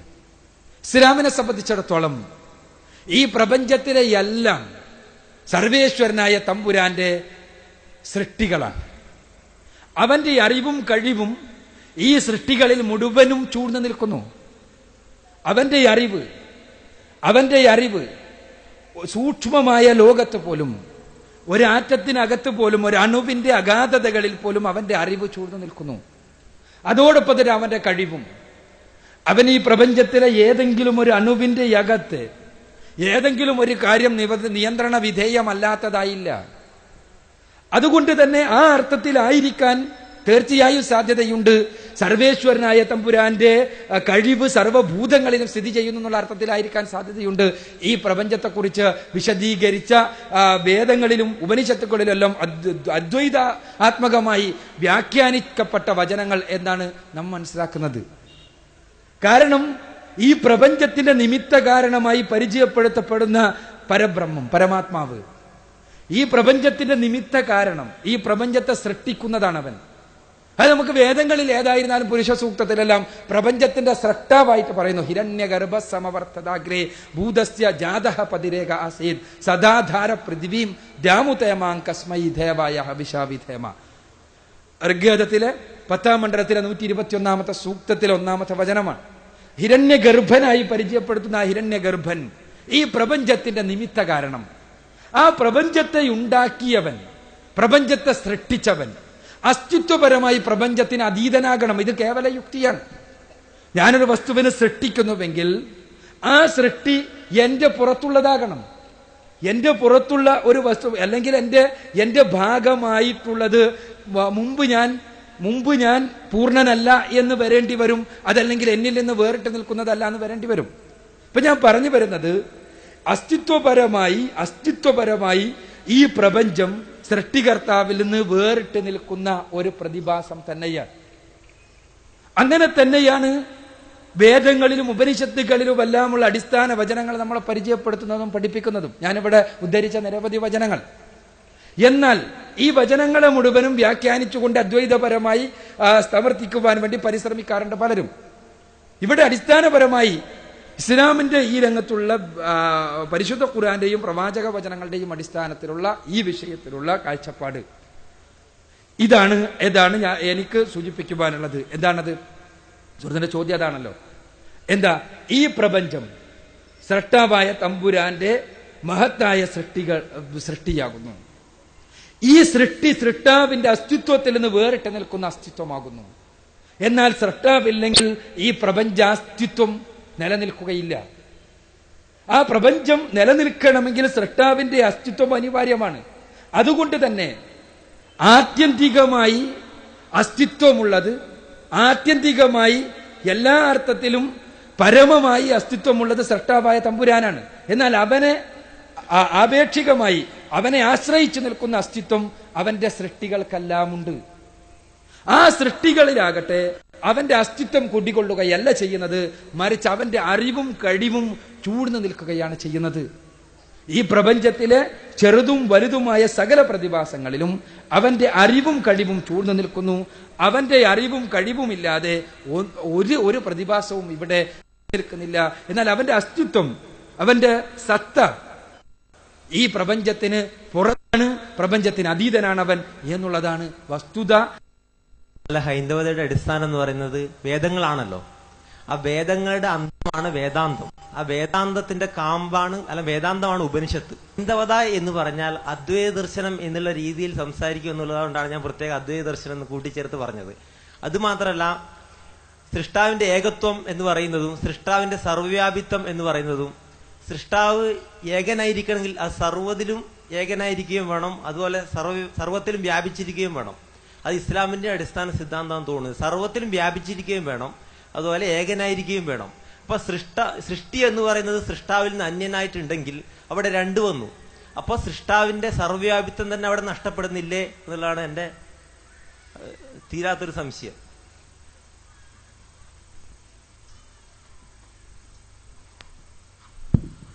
ഇവിടെ ഭാരതീയത എന്ന് പറഞ്ഞാൽ അദ്വൈതമാണ് എന്ന് പറഞ്ഞുകൊണ്ടാണ് സുഹൃത്ത് തുടങ്ങിയത്. സത്യത്തിൽ വേദങ്ങളുടെ അന്തമാണ് വേദാന്തം. സുഹൃത്ത് പറഞ്ഞതുപോലെ തന്നെ വേദാന്തം തന്നെ ഉപനിഷത്താണ്. ഈ ഉപനിഷത്ത് അദ്വൈതാധിഷ്ഠിതമാണ് എന്നൊരു സങ്കല്പം പൊതുവുണ്ട്. ഇന്ന് പ്രത്യേകിച്ച് ഉപനിഷത്തുകളുടെ അടിസ്ഥാനത്തിൽ പ്രഭാഷണം നടത്തുന്ന പല കേരളീയരായ പണ്ഡിതന്മാരും വേദാന്ത ദർശനം എന്ന് പറഞ്ഞാൽ തന്നെ ഇതാണ് അദ്വൈതാദർശമാണ് എന്നാണ് പഠിപ്പിക്കുന്നത്.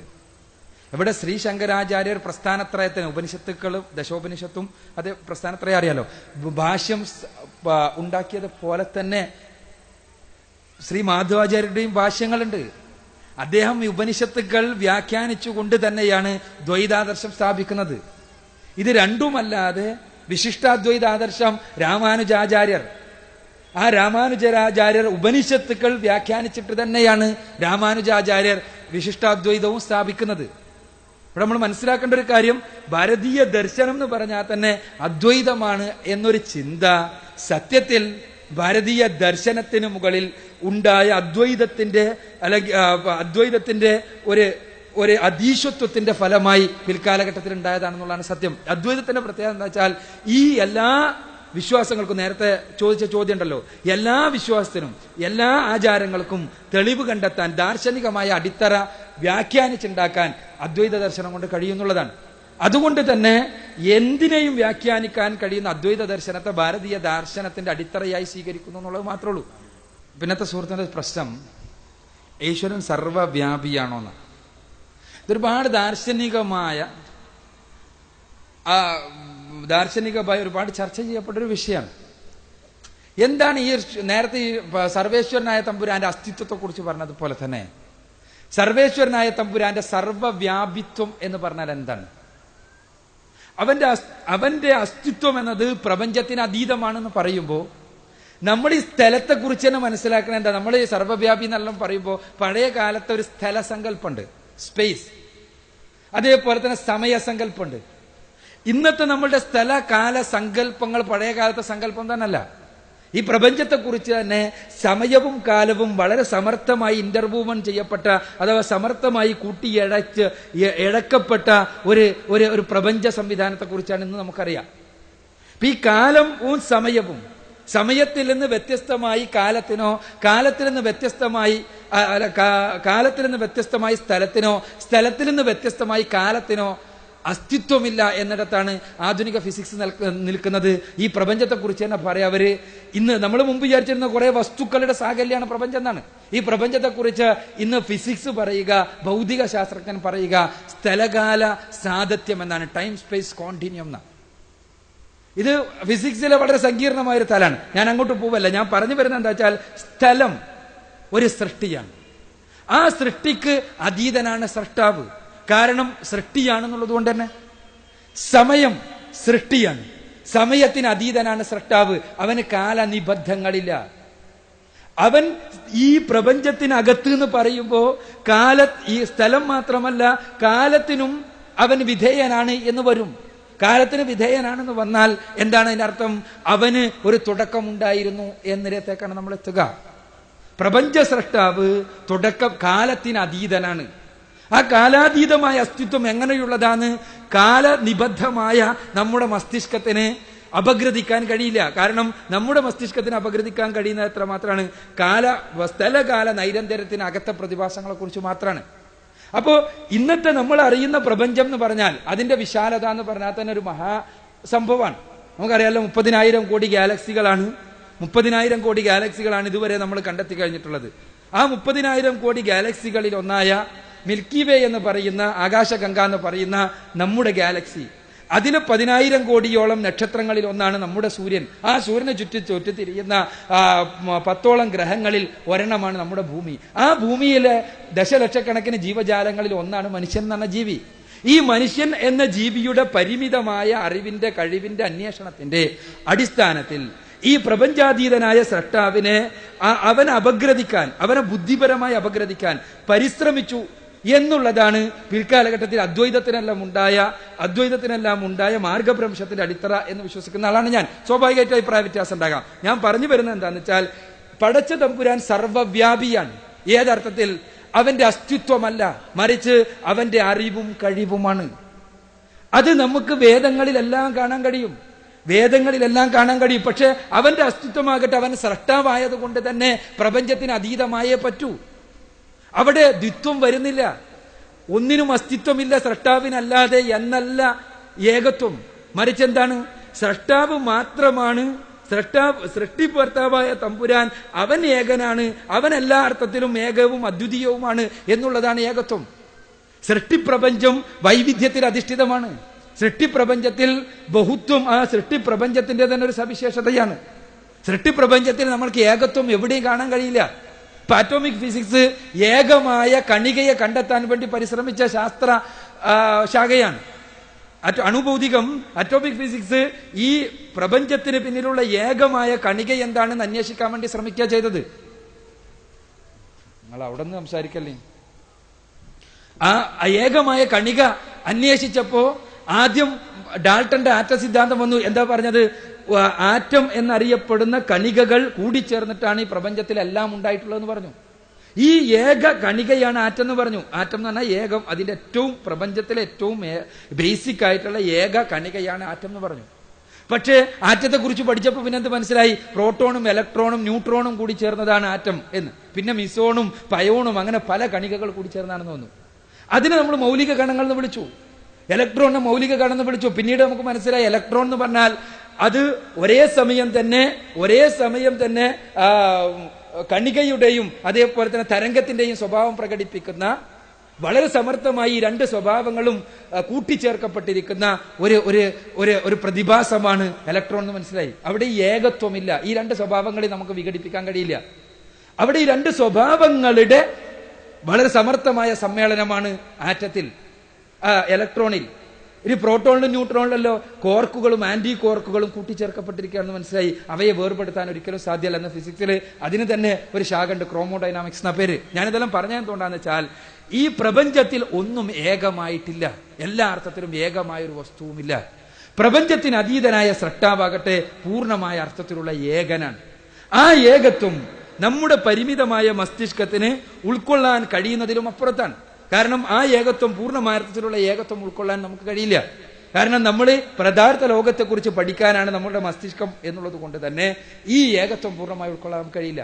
ഞാൻ പറഞ്ഞു വരുന്നത് സൃഷ്ടാവായ തമ്പുരാന്റെ സർവവ്യാപിത്വം എന്ന് പറഞ്ഞാൽ ഈ സൃഷ്ടിപ്രപഞ്ചം അവനെ സംബന്ധിച്ചിടത്തോളം വളരെ ചെറിയ ഒരു അവന്റെ മഹത്വവും അവന്റെ അസ്തിത്വവുമായി താരതമ്യം ചെയ്യുമ്പോൾ അവന്റെ സൃഷ്ടിയാണ്. വളരെ സരളമായ, അവനെ സംബന്ധിച്ചിടത്തോളം വളരെ സിമ്പിളായ ഒരു സംഭവമാണിത്. അതിൽ അവന്റെ അസ്തിത്വം സ്ഥിതി ചെയ്യല്ല, മറിച്ച് അവന്റെ കഴിവും അവന്റെ അറിവും സർവവ്യാപിയാണ്, എല്ലായിടത്തും ചൂഴ്ന്നു നിൽക്കുന്നു. അവന്റെ അസ്തിത്വമാകട്ടെ പ്രപഞ്ചത്തിന് അതീതമാണ്. അതുകൊണ്ടാണ് ഈ പ്രപഞ്ചത്തിലേക്ക് നോക്കി അവന്റെ പ്രവർത്തനങ്ങളെ കുറിച്ച് പഠിക്കാൻ, മനസ്സിലാക്കാൻ, എന്നിട്ട് ഇതിന് പിന്നിലുള്ള മഹാചൈതന്യത്തെ അറിയാൻ വേദഗ്രന്ഥങ്ങൾ പറഞ്ഞത്. മറിച്ച് പ്രപഞ്ചത്തിനകത്ത് പോയി നിങ്ങൾ സൃഷ്ടാവിന്റെ അസ്തിത്വത്തെ ദർശിക്കാന്നല്ല പറഞ്ഞത്. മറിച്ച് എന്താ? വേദഗ്രന്ഥങ്ങൾ മുഴുവൻ നിങ്ങൾ നോക്കൂ, പ്രപഞ്ചത്തിൽ എന്തൊക്കെയുണ്ടോ അതിനെല്ലാം അതീതനായ, ഞാൻ പറഞ്ഞല്ലോ, തമീശ്വരാണം പരമം മഹേശ്വര, താം ദേവതാനാം പരമം ച ദൈവതം. ദേവന്മാരെ കുറിച്ച് സങ്കല്പിച്ചിരുന്ന സമൂഹത്തെ അവിടെ പറയാ ദേവന്മാരുടെ ദേവൻ, ഈശ്വരന്മാരുടെ ഈശ്വരൻ, പതികളുടെ പതി. ഈ പ്രപഞ്ചത്തിലെ എല്ലാ സംവിധാനങ്ങളും ആരുടെ നിയമം അനുസരിച്ചാണോ നടക്കുന്നത് അവൻ. അപ്പൊ ഈ പ്രപഞ്ചത്തെ മുഴുവൻ സൃഷ്ടിച്ച് പരിപാലിച്ചു കൊണ്ടിരിക്കുന്നവൻ പ്രപഞ്ചത്തിന് അതീതൻ. അവിടെ അവന്റെ അസ്തിത്വമാണ് ഈ പറയുന്നത്. അതേസമയം വേദങ്ങളിൽ പലതിലും സർവവ്യാപിത്വം പറയുന്നുണ്ട്. ആ സർവവ്യാപിത്വം നാം മനസ്സിലാക്കേണ്ടത് അവന്റെ അറിവും കഴിവുമാണ്. അത് എല്ലായിടത്തും വ്യാപിച്ചു കിടക്കുന്നു. ഈ പ്രപഞ്ചത്തിലെ ഒരു ചെറിയ അണു പോലും അവന്റെ അറിവിൽ നിന്നോ കഴിവിൽ നിന്നോ വേറിട്ട് നിൽക്കുന്നതല്ല. ഈ രണ്ടും തമ്മിലുള്ള വ്യത്യാസം പൂർണ്ണമായി മനസ്സിലാകാത്തത് കൊണ്ടോ അതല്ലെങ്കിൽ കൺഫ്യൂഷനിലായതുകൊണ്ടോ പല മതസമൂഹങ്ങളിലും ഈ ഒരു പ്രശ്നം ഉണ്ടായിട്ടുണ്ട്. എന്താ? എല്ലാറ്റിനും സൃഷ്ടാവുണ്ട് എന്നുള്ളൊരു സങ്കല്പത്തിലേക്ക് മതസമൂഹങ്ങൾ പരിണമിക്കുന്ന അവസ്ഥാവിശേഷം ഉണ്ടായിട്ടുണ്ട്. ഈ പറഞ്ഞ പോലെ കേവലം ഭാരതീയ അദ്വൈതത്തിന്റെ മാത്രം ഒരു പരിണിതിയല്ല, മറ്റു പല മതസമൂഹങ്ങളിലും ഉണ്ടായിട്ടുള്ളതാണ്. ഞാൻ പറഞ്ഞു വരുന്നത് വേദങ്ങളും ഉപനിഷത്തുക്കളും അടിസ്ഥാനപരമായി പഠിപ്പിക്കുന്ന ആദർശം സൃഷ്ടിപ്രപഞ്ചത്തെയും സൃഷ്ടാവായ തമ്പുരാനെയും പരിചയപ്പെടുത്തുന്ന ആദർശമാണ്. ആ സൃഷ്ടാവായ തമ്പുരാൻ അസ്തിത്വത്തിന്റെ ഏകത്വം അവകാശപ്പെടുവാൻ അർഹനായ, അദ്വിതീയനായ, ഒരർത്ഥത്തിലും അതേപോലെ മറ്റൊന്നില്ലാത്ത സൃഷ്ടാവ്, അവന്റെ സൃഷ്ടികൾ. അതിങ്ങനെയാണ് വേദങ്ങൾ മൊത്തത്തിൽ പരിചയപ്പെടുത്തുന്നത് എന്നാണ് എനിക്ക് സൂചിപ്പിക്കാനുള്ളത്. എന്റെ പേര് വിജയം പുറ്റിച്ചോർ.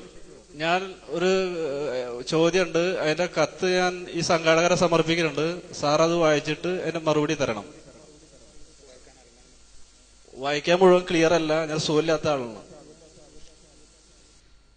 ബഹുമാനിയ സുഹൃത്ത് തണ്ടാശ്ശേരി മാധവൻ മകൻ വിജയന്റെ ചോദ്യം,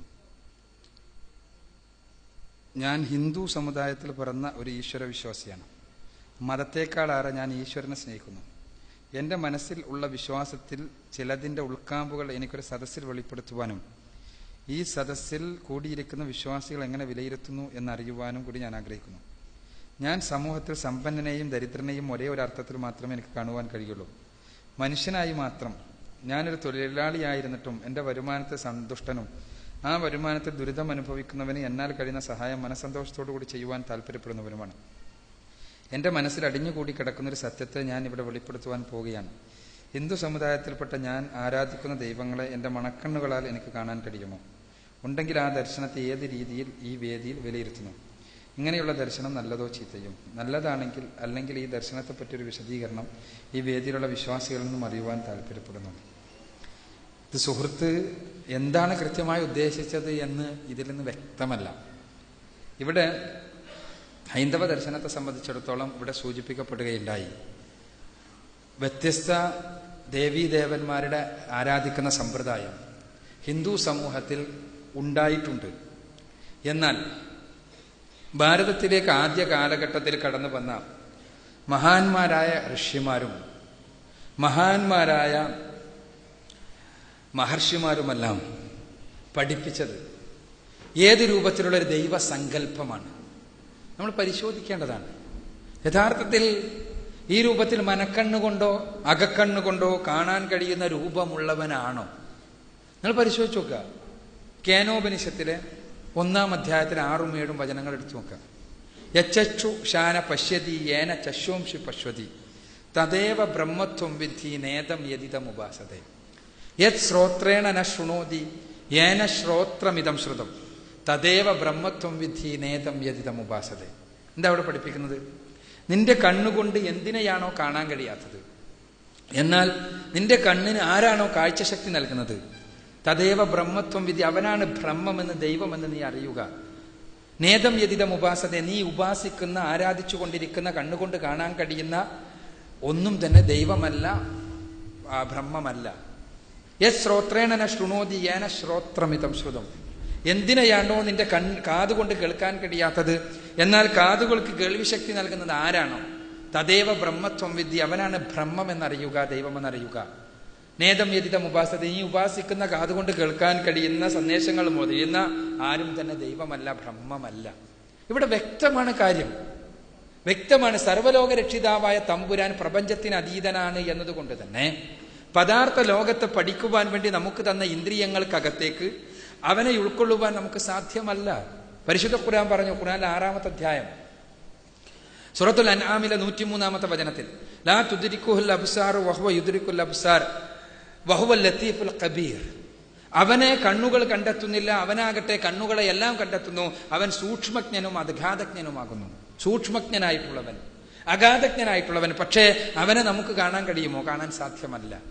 അപ്പൊ ഞാൻ പറഞ്ഞു വരുന്നത്, പ്രപഞ്ചാതീതനായ തമ്പുരാനെ ആരാധിക്കണം എന്നാണ് യഥാർത്ഥത്തിൽ ലോകത്തിന്റെ വ്യത്യസ്തങ്ങളായ ഭാഗങ്ങളിലേക്ക് കടന്നു വന്ന പ്രവാചകന്മാർ മുഴുവനും പഠിപ്പിച്ചത്. ആ ആരാധനാ സമ്പ്രദായത്തിൽ നിന്ന് വഴി തെറ്റിക്കൊണ്ടാണ് ഭാരതീയ സമൂഹത്തിലുണ്ടായ ഈ ബഹുദേവതാ സങ്കല്പം ഉണ്ടായത് എന്ന് ആത്മാർത്ഥമായും വിശ്വസിക്കുന്ന വ്യക്തിയാണ് ഈ ഉള്ളവൻ. തീർച്ചയായും വിരുദ്ധ വിശ്വാസങ്ങൾ ഉണ്ടാകാം. ഞാൻ പറഞ്ഞല്ലോ, ഭാരതത്തിലേക്ക് കടന്നു വന്ന ഋഷി വര്യന്മാർ അവർ പഠിപ്പിച്ചത് ഈ ശുദ്ധമായ സർവലോക രക്ഷിതാവായ തമ്പുരാനെ മാത്രം ആരാധിക്കണമെന്ന സന്ദേശമായിരുന്നു എന്നും ആ സന്ദേശത്തിൽ നിന്ന് പിൽക്കാലഘട്ടത്തിലാണ് സൃഷ്ടിപൂജയിലേക്ക് കടന്നു വന്നത് എന്നുമുള്ള വസ്തുത. ആ വസ്തുതയാണ് ഇവിടെ വിഷയാവതരണത്തിലും സൂചിപ്പിച്ചത്. അപ്പോ ഇതിന്റെ അടിസ്ഥാനത്തിൽ ഇസ്ലാമികമായി പറഞ്ഞാൽ നിങ്ങൾ ആരാധിക്കുന്നത് സർവ്വലോക രക്ഷിതാവായ തമ്പുരാനെ നിങ്ങളുടെ മനസ്സിൽ ഉൾക്കൊണ്ടുകൊണ്ട് അവന്റെ ഗുണനാമ വിശേഷണങ്ങളെക്കുറിച്ച് വേദഗ്രന്ഥങ്ങളിലൂടെ പരിചയപ്പെടുത്തിയ രീതിയിൽ മനസ്സിൽ ഉൾക്കൊണ്ടുകൊണ്ട് അവനെ ഉപാസിക്കുക, അവനെ ഉൾക്കൊള്ളുക. മനക്കണ്ണുകൊണ്ടോ അകക്കണ്ണുകൊണ്ടോ എന്തെങ്കിലും ഇന്ദ്രിയങ്ങൾ കൊണ്ടോ കാണാൻ കഴിയുന്ന, അനുഭവിക്കുവാൻ കഴിയുന്ന അസ്തിത്വമല്ല അവൻ്റേത്. അങ്ങനെ അനുഭവിക്കുന്നു എന്ന് തോന്നുന്നുവെങ്കിൽ, എന്തെങ്കിലും തോന്നുന്നുവെങ്കിൽ അത് ചിലപ്പോൾ പ്രയാസകരമായ രോഗങ്ങളിലേക്ക് നയിക്കുവാൻ സാധ്യതയുള്ള പ്രശ്നങ്ങളായിരിക്കാം എന്നുകൂടി ആധുനിക മനഃശാസ്ത്രത്തിന്റെ അടിസ്ഥാനത്തിൽ നമ്മൾ മനസ്സിലാക്കേണ്ടതുണ്ട്. അപ്പോൾ ഞാൻ പറഞ്ഞു വരുന്നത്, യഥാർത്ഥത്തിൽ സർവ്വലോക രക്ഷിതാവായ തമ്പുരാൻ അവനെ മാത്രം ആരാധിക്കുക എന്ന് പഠിപ്പിച്ച ഇന്ത്യയിലും പുറത്തും കടന്നു വന്ന മഹാന്മാരായ പ്രവാചകന്മാർ, ദൈവദൂതന്മാർ, അവർ മുഴുവനും പഠിപ്പിച്ചത് സർവ്വലോക രക്ഷിതാവായ തമ്പുരാൻ അവൻ ഇന്ദ്രിയങ്ങൾക്ക് അതീതനാണ്. നിങ്ങളുടെ മനസ്സിൽ അവനെ പ്രതിഷ്ഠിക്കുക, അവനെ അറിയുക, അവനെ പൂർണ്ണമായി അവന്റെ നാമ ഗുണവിശേഷണങ്ങളെ അറിഞ്ഞുകൊണ്ട് അവനെ അറിയുകയും അവനെ മാത്രം ആരാധിക്കുകയും ചെയ്യുക എന്നാണ്. അതാണ് ഇസ്ലാമിന്റെ ഈ വിഷയകമായ പരിഹാരം എന്നാണ് എനിക്ക് സൂചിപ്പിക്കാനുള്ളത്. ഞാൻ രാജഗോപാലൻ, തൃശ്ശൂരിൽ നിന്ന് ആണ് വരുന്നത്. എൻ്റെ ശരിക്കുള്ള സ്ഥലം പെരിഞ്ഞനമാണ്. ഇപ്പം തൃശ്ശൂർ താമസിക്കുന്നു. ഞാനിപ്പോൾ തിയോസഫിക്കൽ സൊസൈറ്റിയുടെ ഒരു മെമ്പറാണ്. തിയോസഫിക് സൊസൈറ്റി എല്ലാ മതങ്ങളുടെയും ഒരു സൊസൈറ്റിയാണ്. അതുകൂടി പ്രത്യേകം എടുത്ത് പറയട്ടെ. തിയോസഫിക് സൊസൈറ്റി ഇവിടെ ഇന്ത്യയിൽ സ്ഥാപിതമായിട്ട് 100 വർഷങ്ങളേറെയായി. ഇന്ത്യൻ നാഷണൽ കോൺഗ്രസ് സ്ഥാപിച്ചത് തിയോസഫിക്കൽ സൊസൈറ്റിയിൽ വെച്ചാണ്. അതായത് ആദ്യകാലത്തെ ഇന്ത്യൻ നാഷണൽ കോൺഗ്രസ് മെമ്പേഴ്സ് എല്ലാം തിയോസഫിക്കൽ സൊസൈറ്റി മെമ്പേഴ്സാണ്. ഇപ്പോൾ ടാഗോർ, മോത്തിലാൽ നെഹ്റു തുടങ്ങിയ വലിയ വലിയ നേതാക്കന്മാരെല്ലാം തിയോസഫിക് സൊസൈറ്റി മെമ്പേഴ്സാണ്. അപ്പം ഞാനതൊന്ന് ജസ്റ്റ് ഒന്ന് അതിന് ഇൻട്രൊഡ്യൂസ് ചെയ്തു എന്ന് മാത്രം. ഞാനിവിടെ ഒരു ചോദ്യം ചോദിക്കാൻ വന്നതല്ല. അവിചാരിതമായിട്ട് ഞാൻ ഈ ഇതിലെ കടന്നു പോകുന്ന സമയത്ത് ഒരു ബോർഡ് കണ്ടു. ഉച്ചക്കാണത് കണ്ടത്. അപ്പോൾ എനിക്കത് ഒരു അട്രാക്റ്റീവായിട്ട് തോന്നി. നല്ലൊരു കാര്യമാണല്ലോ, അതിലൊന്ന് പങ്കെടുത്ത് കളയാം. അങ്ങനെ ഈ തിയോസഫിക് സൊസൈറ്റിയുടെ ഒരു മീറ്റിംഗ് കഴിഞ്ഞിട്ട് ഞാനിവിടെ വരികയാണ്. ഇവിടെ ഞാൻ പറയാൻ പോകുന്ന ഒരു കാര്യം, തിയോസഫിക് സൊസൈറ്റിയിൽ എല്ലാ മതങ്ങളെയും പറ്റി വളരെ വിശദമായിട്ട് പഠിച്ചിട്ടുണ്ട്, ശാസ്ത്രീയമായിട്ട് പഠിച്ചിട്ടുണ്ട്. എല്ലാ മതങ്ങളും ഒരേ കാര്യം തന്നെയാണ് പറയുന്നത്. തിയോസഫിക് സൊസൈറ്റി വളരെ വ്യക്തമായിട്ട് അതിൽ പറഞ്ഞിട്ടുണ്ട്. ധാരാളം പുസ്തകങ്ങളും അതിനെപ്പറ്റി വായിക്കാനായിട്ട് ലഭിക്കുന്നതാണ്. പക്ഷേ പൊതുജനങ്ങളുടെ ഇടയിൽ വളരെയധികം അറിയപ്പെടുന്ന ഒരു സൊസൈറ്റിയല്ല തിയോസഫിക് സൊസൈറ്റി.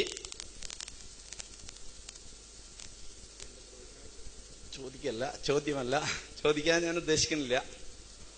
പക്ഷെ പറയുന്നത് എന്താണെന്ന് വെച്ചാൽ, ഇവിടെ ഈ ഹൈന്ദവ ഇസ്ലാം എന്ന സ്നേഹസംവാദ പരിപാടി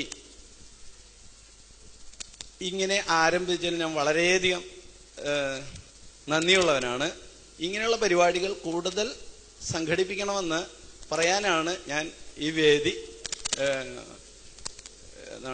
ഉപയോഗപ്പെടുത്തുന്നത്. പിന്നെ ഇതിലെനിക്ക് കുറച്ചുകൂടി കാര്യം പറയാനുള്ളത്, ഇതിലുള്ള ഇപ്പോൾ ഉദാഹരണമായിട്ട് ഈ വേദിയിലുള്ള അല്ലെങ്കിൽ ഇത് സംഘടിപ്പിക്കുന്ന ജനങ്ങള് തിയോസഫിക് സൊസൈറ്റി പോലെയുള്ള ഗവേഷണങ്ങൾ, ഒരുപാട് സംഘടനകൾ നടത്തിയ ഗവേഷണങ്ങൾ ഒരുപാടുണ്ട്. അതിനെപ്പറ്റി പഠിക്കുകയും പൊതുജനങ്ങൾക്ക് പ്രയോജനപ്പെടുത്തുകയും വേണം. അങ്ങനെ വന്നാൽ മതസംഘർഷങ്ങൾ ഇവിടെ ഉണ്ടാവുകയില്ല എന്ന് എനിക്ക് ഉറപ്പാണ് എന്ന് പറഞ്ഞുകൊണ്ട് ഞാൻ അവസാനിപ്പിക്കുന്നു.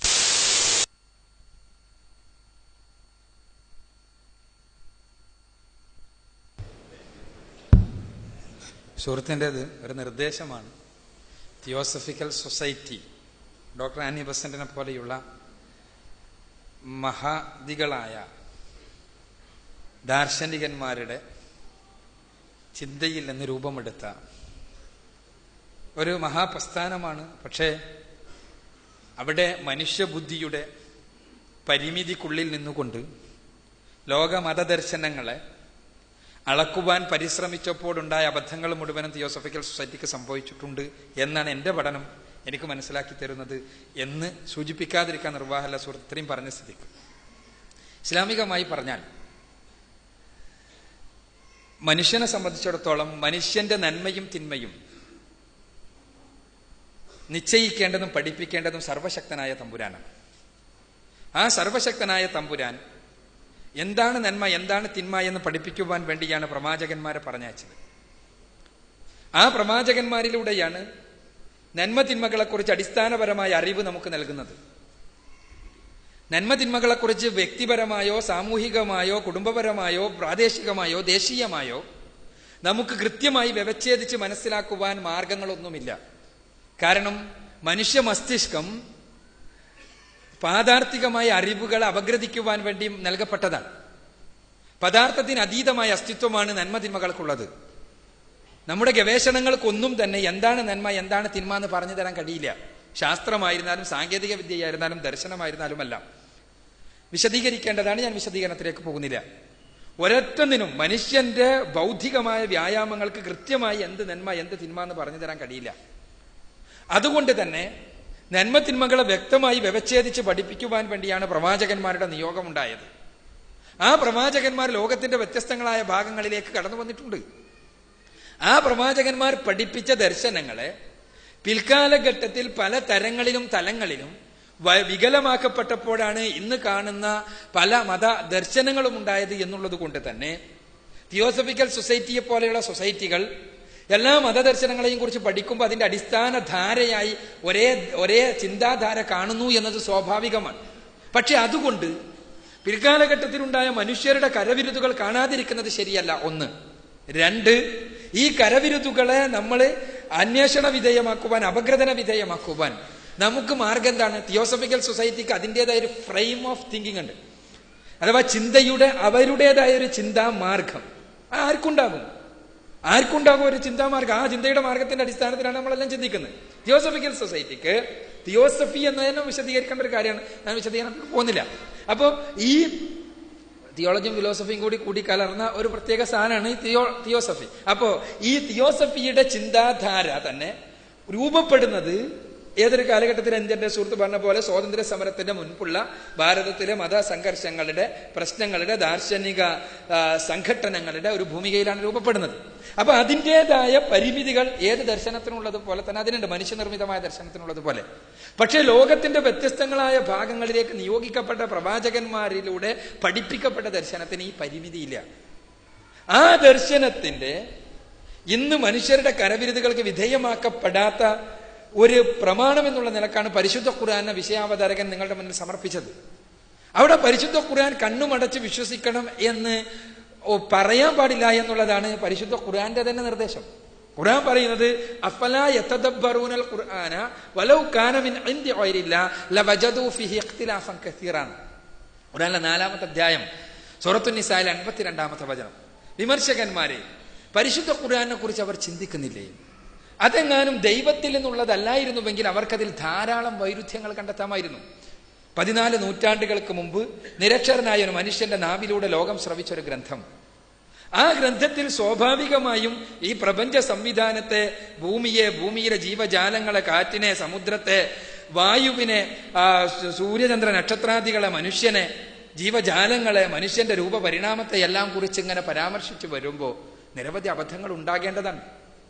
എന്നാൽ ഏത് അളവുകോലുകൾ ഉപയോഗിച്ചുകൊണ്ട് പരിശുദ്ധ ഖുർആൻ പരിശോധനാ വിധേയമാക്കുമ്പോഴും അത് മനുഷ്യരുടെ കരവിരുതുകൾക്ക് വിധേയമാക്കപ്പെടാത്ത ദൈവികമായ സ്രോതസ്സാണ് എന്ന് ബോധ്യപ്പെടുന്നു എന്നുള്ള വസ്തുതയാണ് നിങ്ങളുടെ മുന്നിൽ സമർപ്പിക്കുവാനുള്ളത്. അവിടെ എന്താ? ഖുർആനിന്റെ അജയ്യത മറ്റെല്ലാറ്റിന്റെയും മുകളിൽ സ്ഥാപിക്കല്ല, മറിച്ച് ദൈവം തമ്പുരാൻ പഠിപ്പിച്ച ഒരാശയം നിങ്ങളുടെ ശക്തമായ നിരങ്കുശമായ പരിശോധനയ്ക്ക് വേണ്ടി സമർപ്പിക്കുകയാണ്. ഒരു അധീശത്വത്തിന്റെ ശബ്ദം അതിനില്ല. ഖുർആൻ പറയുന്നത് നിങ്ങൾ പരിശോധിക്ക്, നിങ്ങൾ പഠിക്ക്, നിങ്ങൾ അപഗ്രഥന വിധേയമാക്കി ഇത് ദൈവികമാണ്, സർവശക്തനായ തമ്പുരാനിൽ നിന്നുള്ളതാണ് എന്ന് ബോധ്യപ്പെടുമെങ്കിൽ പിന്നീട് നിങ്ങൾക്ക് സ്വീകരിക്കുവാൻ പ്രാദേശികമോ ദേശീയമോ വൈയക്തികമോ ആയ താല്പര്യങ്ങൾ തടസ്സമാകരുത് എന്നുള്ളതാണ് പരിശുദ്ധ ഖുർആൻ വിഷയകമായി പറയാനുള്ള കാര്യം. അപ്പോൾ ഞാൻ പറഞ്ഞു വന്നത്, ഇവിടെ നമ്മൾ ഒരു കാര്യത്തെ അപഗ്രഥനം ചെയ്യുമ്പോൾ ആ അപഗ്രഥനത്തിന്റെ അടിത്തറയായി വർത്തിക്കുന്നത് പരിശുദ്ധ ഖുർആനും അതിന്റെ പ്രായോഗിക ജീവിത ദർശനമായ പ്രവാചകൻ സല്ലല്ലാഹു അലൈഹി വസല്ലമയുടെ ജീവിത ദർശനമാണ്. ഇത് തെറ്റുപറ്റാത്ത പ്രമാണങ്ങളാണ് എന്ന് അനുഭവത്തിന്റെ സാക്ഷ്യമാണ്. അനുഭവം എന്ന് പറഞ്ഞാൽ വൈയക്തികമായ ഒരു അനുഭവമല്ല, പരീക്ഷണാത്മകമായ, ആർക്കും പരീക്ഷിക്കാൻ പറ്റുന്ന, ആർക്കെങ്കിലും വ്യക്തിപരമായി ഏതെങ്കിലും തപസ്സിലോ വ്യക്തിപരമായി സ്വപ്നത്തിലോ അതല്ലെങ്കിൽ ഏതെങ്കിലും വ്യക്തികളെ കാണുമ്പോഴോ ഉണ്ടായ അനുഭവമല്ല, മറിച്ച് ആർക്കും പരീക്ഷിക്കാൻ കഴിയുന്ന, ആർക്കും പരിശോധിക്കാൻ കഴിയുന്ന, ആർക്കും അളന്നു നോക്കാൻ കഴിയുന്ന, ഏതേത് മാനദണ്ഡം ഉപയോഗിച്ച് അളക്കാൻ കഴിയുന്ന ഒരു പരീക്ഷണത്തിന് വിധേയമാക്കുമ്പോൾ ഈ പ്രമാണങ്ങൾ അത് ദിവ്യമായ സ്രോതസ്സിൽ നിന്നുണ്ടായതാണ് എന്ന് പൂർണ്ണമായി ബോധ്യപ്പെടുന്നു. ആ പ്രമാണങ്ങളാണ് നിങ്ങളുടെ മുന്നിൽ ഇസ്ലാമിന്റെ വക്താക്കൾ എന്നുള്ള ആൾക്ക് സമർപ്പിക്കുന്നത്. ആ പ്രമാണത്തിന്റെ അടിസ്ഥാനത്തിൽ തന്നെയാണ് ഇവിടെ ഹൈന്ദവത എന്നുള്ള വിഷയത്തെ നമ്മൾ അപഗ്രഥന വിധേയമാക്കാൻ ശ്രമിച്ചത്. സ്വാഭാവികമായിട്ടും അഭിപ്രായ വ്യത്യാസം ഉണ്ട്. ഇപ്പോ ജ്യേഷ്ഠ സുഹൃത്ത് അയ്യപ്പൻ സാറൻ ഇവിടെ പറഞ്ഞപ്പോൾ അഭിപ്രായ വ്യത്യാസം പറഞ്ഞു. അഭിപ്രായ വ്യത്യാസം ഉണ്ടാവും. അത് അഭിപ്രായ വ്യത്യാസം ലോകത്ത് എല്ലാവർക്കും ഇല്ലെങ്കിൽ പിന്നെ മനുഷ്യനാവില്ലല്ലോ, സ്വാഭാവികമായിട്ടും മനുഷ്യനാവില്ലല്ലോ. അപ്പൊ അഭിപ്രായ വ്യത്യാസങ്ങൾ സ്വാഭാവികമാണ്. പക്ഷേ നമ്മൾ ഇവിടെ സ്വീകരിക്കുന്ന മാനദണ്ഡം നിങ്ങൾക്ക് വിമർശനാത്മകമാണ്, പരിശോധിക്കാം, പരിശോധനയ്ക്ക് വേണ്ടി തന്നെയാണ് സമർപ്പിക്കുന്നത്. ഞാൻ പറഞ്ഞല്ലോ, മതത്തിന്റെ വിഷയത്തിൽ ഒരു കാരണവശാലും ഒരു പ്രലോഭനവും ഒരു പ്രകോപനവും ഒരു അടിച്ചമർത്തലും പാടില്ല എന്ന് വ്യക്തമായി പഠിപ്പിക്കുന്ന ദർശനമാണ് ഇസ്ലാം, പരിശുദ്ധ ഖുർആൻ. ഒരു മുസ്ലിം ഒരാളെ നിർബന്ധിച്ച് മതത്തിൽ പിടിച്ച് ചേർത്താൽ, അല്ലെങ്കിൽ അയാളെ ആ പ്രയാസത്തില് ഒരു വളഞ്ഞ വഴിയിലൂടെ മതത്തിൽ ചേർക്കാൻ വേണ്ടി പരിശ്രമിച്ചാൽ അത് മതത്തിനെതിരാണെന്ന് പഠിപ്പിച്ച ദർശനമാണ് ഇസ്ലാം. അതാണ് വ്യത്യാസം. അഥവാ ഒരു മുസ്ലിം ഒരു കർമ്മം ചെയ്യുമ്പോൾ ഇവിടെ സൂചിപ്പിക്കപ്പെട്ടതുപോലെ അവന്റെ ലക്ഷ്യം എന്താ? പരലോകത്ത് പടച്ച തമ്പുരാന്റെ അടുത്തുനിന്ന് പ്രതിഫലം ലഭിക്കണം എന്നാ. ആ ലക്ഷ്യത്തിന് വിഘാതമാകും ഒരു നിർബന്ധ മതപരിവർത്തനം എന്ന് പഠിപ്പിക്കുന്ന പരിശുദ്ധ ഖുർആൻ. കാരണം അങ്ങനെ ചെയ്യാൻ പാടില്ല എന്ന് പറയുമ്പോൾ ഖുർആനെതിരെ ചെയ്താൽ അതിനർത്ഥം എന്താ? അത് പടച്ചവന്റെ അടുത്ത് കുറ്റം കിട്ടുന്ന പ്രവർത്തനമാണെന്നാണ്. അപ്പൊ ഞാൻ പറഞ്ഞു വരുന്നത്, അതുകൊണ്ട് ഈ പ്രമാണങ്ങൾ നിങ്ങളുടെ മുന്നിൽ സമർപ്പിക്കുകയാണ്. തിയോസഫിക്കൽ സൊസൈറ്റി ആയിരുന്നാലും, മുസ്ലിങ്ങൾക്കിടയിലെ പല സൊസൈറ്റികളായിരുന്നാലും, ആര് തന്നെ ആയിരുന്നാലും, ആരായാലും മുസ്ലിം എന്നുള്ള ആൾക്കാർ വ്യത്യാസമൊന്നുമില്ല, മുസ്ലിമോ ഹിന്ദു ക്രിസ്ത്യാനി എന്നുള്ള വ്യത്യാസമൊന്നുമില്ല. ആരായിരുന്നാലും മനുഷ്യന്റെ ബുദ്ധി അതിന് അതിൻ്റെതായ പരിമിതിയുണ്ട്. നന്മ തിന്മകളെ വ്യവച്ഛേദിക്കുവാൻ, എന്താണ് നന്മ എന്താണ് തിന്മ എന്ന് കൃത്യമായി വ്യവച്ഛേദിച്ച് പഠിപ്പിക്കാൻ മനുഷ്യബുദ്ധിക്കോ സമൂഹ ബുദ്ധിക്കോ സാധ്യമല്ല. അവിടെയാണ് പടച്ച തമ്പുരാന്റെ മാർഗദർശനം പ്രസക്തമാകുന്നത്. ആ മാർഗദർശനം എല്ലാ സമൂഹങ്ങളിലും ഉണ്ടായിട്ടുണ്ട്. ആ മാർഗദർശനം ഭാരതീയ സമൂഹത്തിലും ഉണ്ടായിട്ടുണ്ട്. ആ മാർഗദർശനത്തിന്റെ അവസാനമാണ് അന്തിമ പ്രവാചകനിലൂടെ നിർവഹിക്കപ്പെട്ടത്. ആ അന്തിമ പ്രവാചകനിലൂടെ അവതരിപ്പിക്കപ്പെട്ട മാർഗദർശനത്തിന്റെ കൃത്യമായ രേഖകൾ ഇതാ, പരിശോധിക്കാം. ആ പരിശോധനയ്ക്ക് വേണ്ടി സമർപ്പിച്ചു എന്ന് മാത്രമേ ഉള്ളൂ. സുഹൃത്ത് പറഞ്ഞതുപോലെ മതപരമായ അകൽച്ചയും പ്രശ്നങ്ങളും ഇല്ലാതെയാക്കുവാൻ വീക്ഷണങ്ങളുടെ ഈ രൂപത്തിലുള്ള കൊള്ളക്കൊടുക്കലുകൾ നിർബന്ധമായും ഉണ്ടാകേണ്ടതാണ്. തുറന്നു പറയാൻ, സംസാരിക്കുവാൻ, കാര്യങ്ങൾ ഉൾക്കൊള്ളുവാൻ, വിമർശനങ്ങൾ തീർച്ചയായും മാന്യമായ രീതിയിൽ പരസ്പരം പറയാൻ കഴിയുന്നൊരവസ്ഥാവിശേഷം ഉണ്ടായാൽ തന്നെ നമ്മുടെ മനസ്സുകൾക്ക് വികാസമുണ്ടാകും. അപ്പോൾ മാത്രമേ യഥാർത്ഥത്തിലുള്ളൊരു സൗഹൃദം ഉണ്ടാവുള്ളൂ. അതല്ലാതെ നമ്മളിങ്ങനെ എല്ലാം മറച്ചു വെച്ചിട്ട് എല്ലാം നല്ലത് തന്നെ എന്നിങ്ങനെ പറയുകയും അതേ പ്രസംഗം കഴിഞ്ഞ് തിരിച്ചു പോയിട്ട് തല്ലാൻ വേണ്ടി ഈ പ്രസംഗിച്ച ആൾ തന്നെ നേതൃത്വം നൽകുകയും ചെയ്യുന്ന ഏർപ്പാടാണ് ഇപ്പോൾ പലപ്പോഴും കാണുന്നത്. അപ്പോൾ അതാരായിരുന്നാലും പുറമേക്ക് നമ്മുടെ മുഖം മനസ്സിന്റെ കണ്ണാടിയായിരുന്നു എന്നത് ഇന്നലകളിലെ ആപ്തവാക്യമാണ് എന്നും ഇന്ന് മുഖം മനസ്സിനെ മറച്ചു വെക്കാനുള്ള കണ്ണാടിയോ അല്ലെങ്കിൽ മുഖംമൂടിയോ ആണ് എന്നുമുള്ള വസ്തുത നമ്മൾ തിരിച്ചറിഞ്ഞുകൊണ്ടിരിക്കുകയാണ്. മതവിശ്വാസത്തിന്റെയോ അല്ലെങ്കിൽ ജാതിയുടെയോ ഏതെങ്കിലും തരത്തിലുള്ള അതിർവരമ്പുകൾ ഭേദിച്ചുകൊണ്ട് തന്നെ മനുഷ്യർ എന്നുള്ള നിലക്ക് നാം ചിന്തിക്കേണ്ട അവസ്ഥ അതാണ്. അതുകൊണ്ടാണ് കൊള്ളക്കൊടുക്കലുകൾ വേണമെന്ന് പറഞ്ഞത്. തീർച്ചയായും ഈ രൂപത്തിലുള്ള തുറന്ന സംസാരങ്ങൾ ഉണ്ടാകട്ടെ. സുഹൃത്ത് പറഞ്ഞതുപോലെ ഏകപക്ഷീയമായ പ്രോഗ്രാം ആയോ എന്ന് സംശയം തോന്നിയെന്ന് പറഞ്ഞല്ല. ഞാനിത് മാരിബിന് മുമ്പ്, നമസ്കാരത്തിന് മുൻപ് ആ പ്രശ്നത്തിന് മറുപടി പറഞ്ഞതാണ്. സുഹൃത്ത് ആ സമയത്ത് ഉണ്ടായിരുന്നില്ല എന്ന് തോന്നുന്നു. ഇതേ രൂപത്തിൽ ഏകപക്ഷീയമല്ലാത്ത പ്രോഗ്രാമുകൾ നടത്താറുണ്ട് നിച്ചോപ്രത്ത്. ഇവിടെ തന്നെ കൊടുങ്ങല്ലൂരിൽ വെച്ച് ഏതാനും മാസങ്ങൾക്ക് മുമ്പ് ഒരു ബഹുമാന്യനായ സ്വാമിജിയും അതേപോലെ തന്നെ ഒരു വേദ പണ്ഡിതനും നിച്ചോപ്രത്തിന്റെ പ്രവർത്തകരും തമ്മിൽ ഈ വിഷയം ചർച്ച ചെയ്തിരുന്നു. ഹൈന്ദവത ഇസ്ലാം എന്ന വിഷയം തന്നെ ചർച്ച ചെയ്തിരുന്നു. അത്തരം ചർച്ചകൾ ഉണ്ടാകാറുണ്ട്.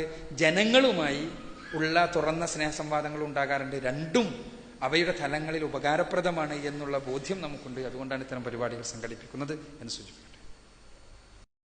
ഇസ്ലാമിക പ്രബോധനം ഓരോ മുസ്ലിമിന്റെയും ബാധ്യതയാണ്.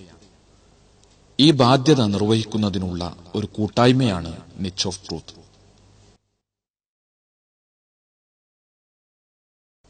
നിച്ച് ഓഫ് ട്രൂത്ത് പ്രവർത്തനങ്ങൾ, ചോദ്യോത്തരത്തോടു കൂടിയ പൊതുപ്രഭാഷണങ്ങൾ, മതനേതാക്കളുമായി സ്നേഹസംവാദങ്ങൾ, സൗജന്യ ഇസ്ലാം കറസ്പോണ്ടൻസ് കോഴ്സ്, ഇസ്ലാമിനെ പരിചയപ്പെടുത്തുന്ന ലഘുലേഖകളും പുസ്തകങ്ങളും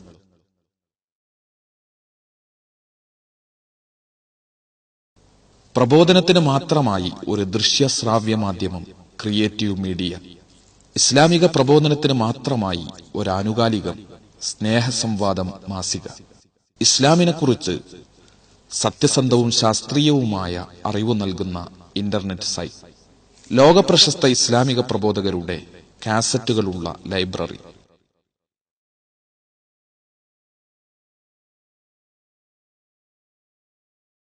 പ്രബോധകർക്കായുള്ള റഫറൻസ് ലൈബ്രറി.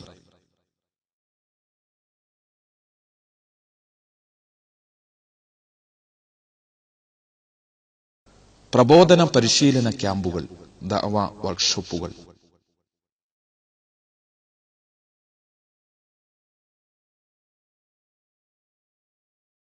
ഖുർആൻ പരിഭാഷാ വിതരണം. നാദ, സത്യമത സന്ദേശ പ്രചരണത്തിനു വേണ്ടിയുള്ള വിനീതമായ ഒരു സംരംഭമാണിത്. നീ ഏൽപ്പിച്ച ഉത്തരവാദിത്തത്തിന്റെ നിർവഹണത്തിനു വേണ്ടിയുള്ള എളിയ ശ്രമം. ഇതൊരു പ്രതിഫലാർഹമായ പ്രവർത്തനമായി സ്വീകരിക്കണേ.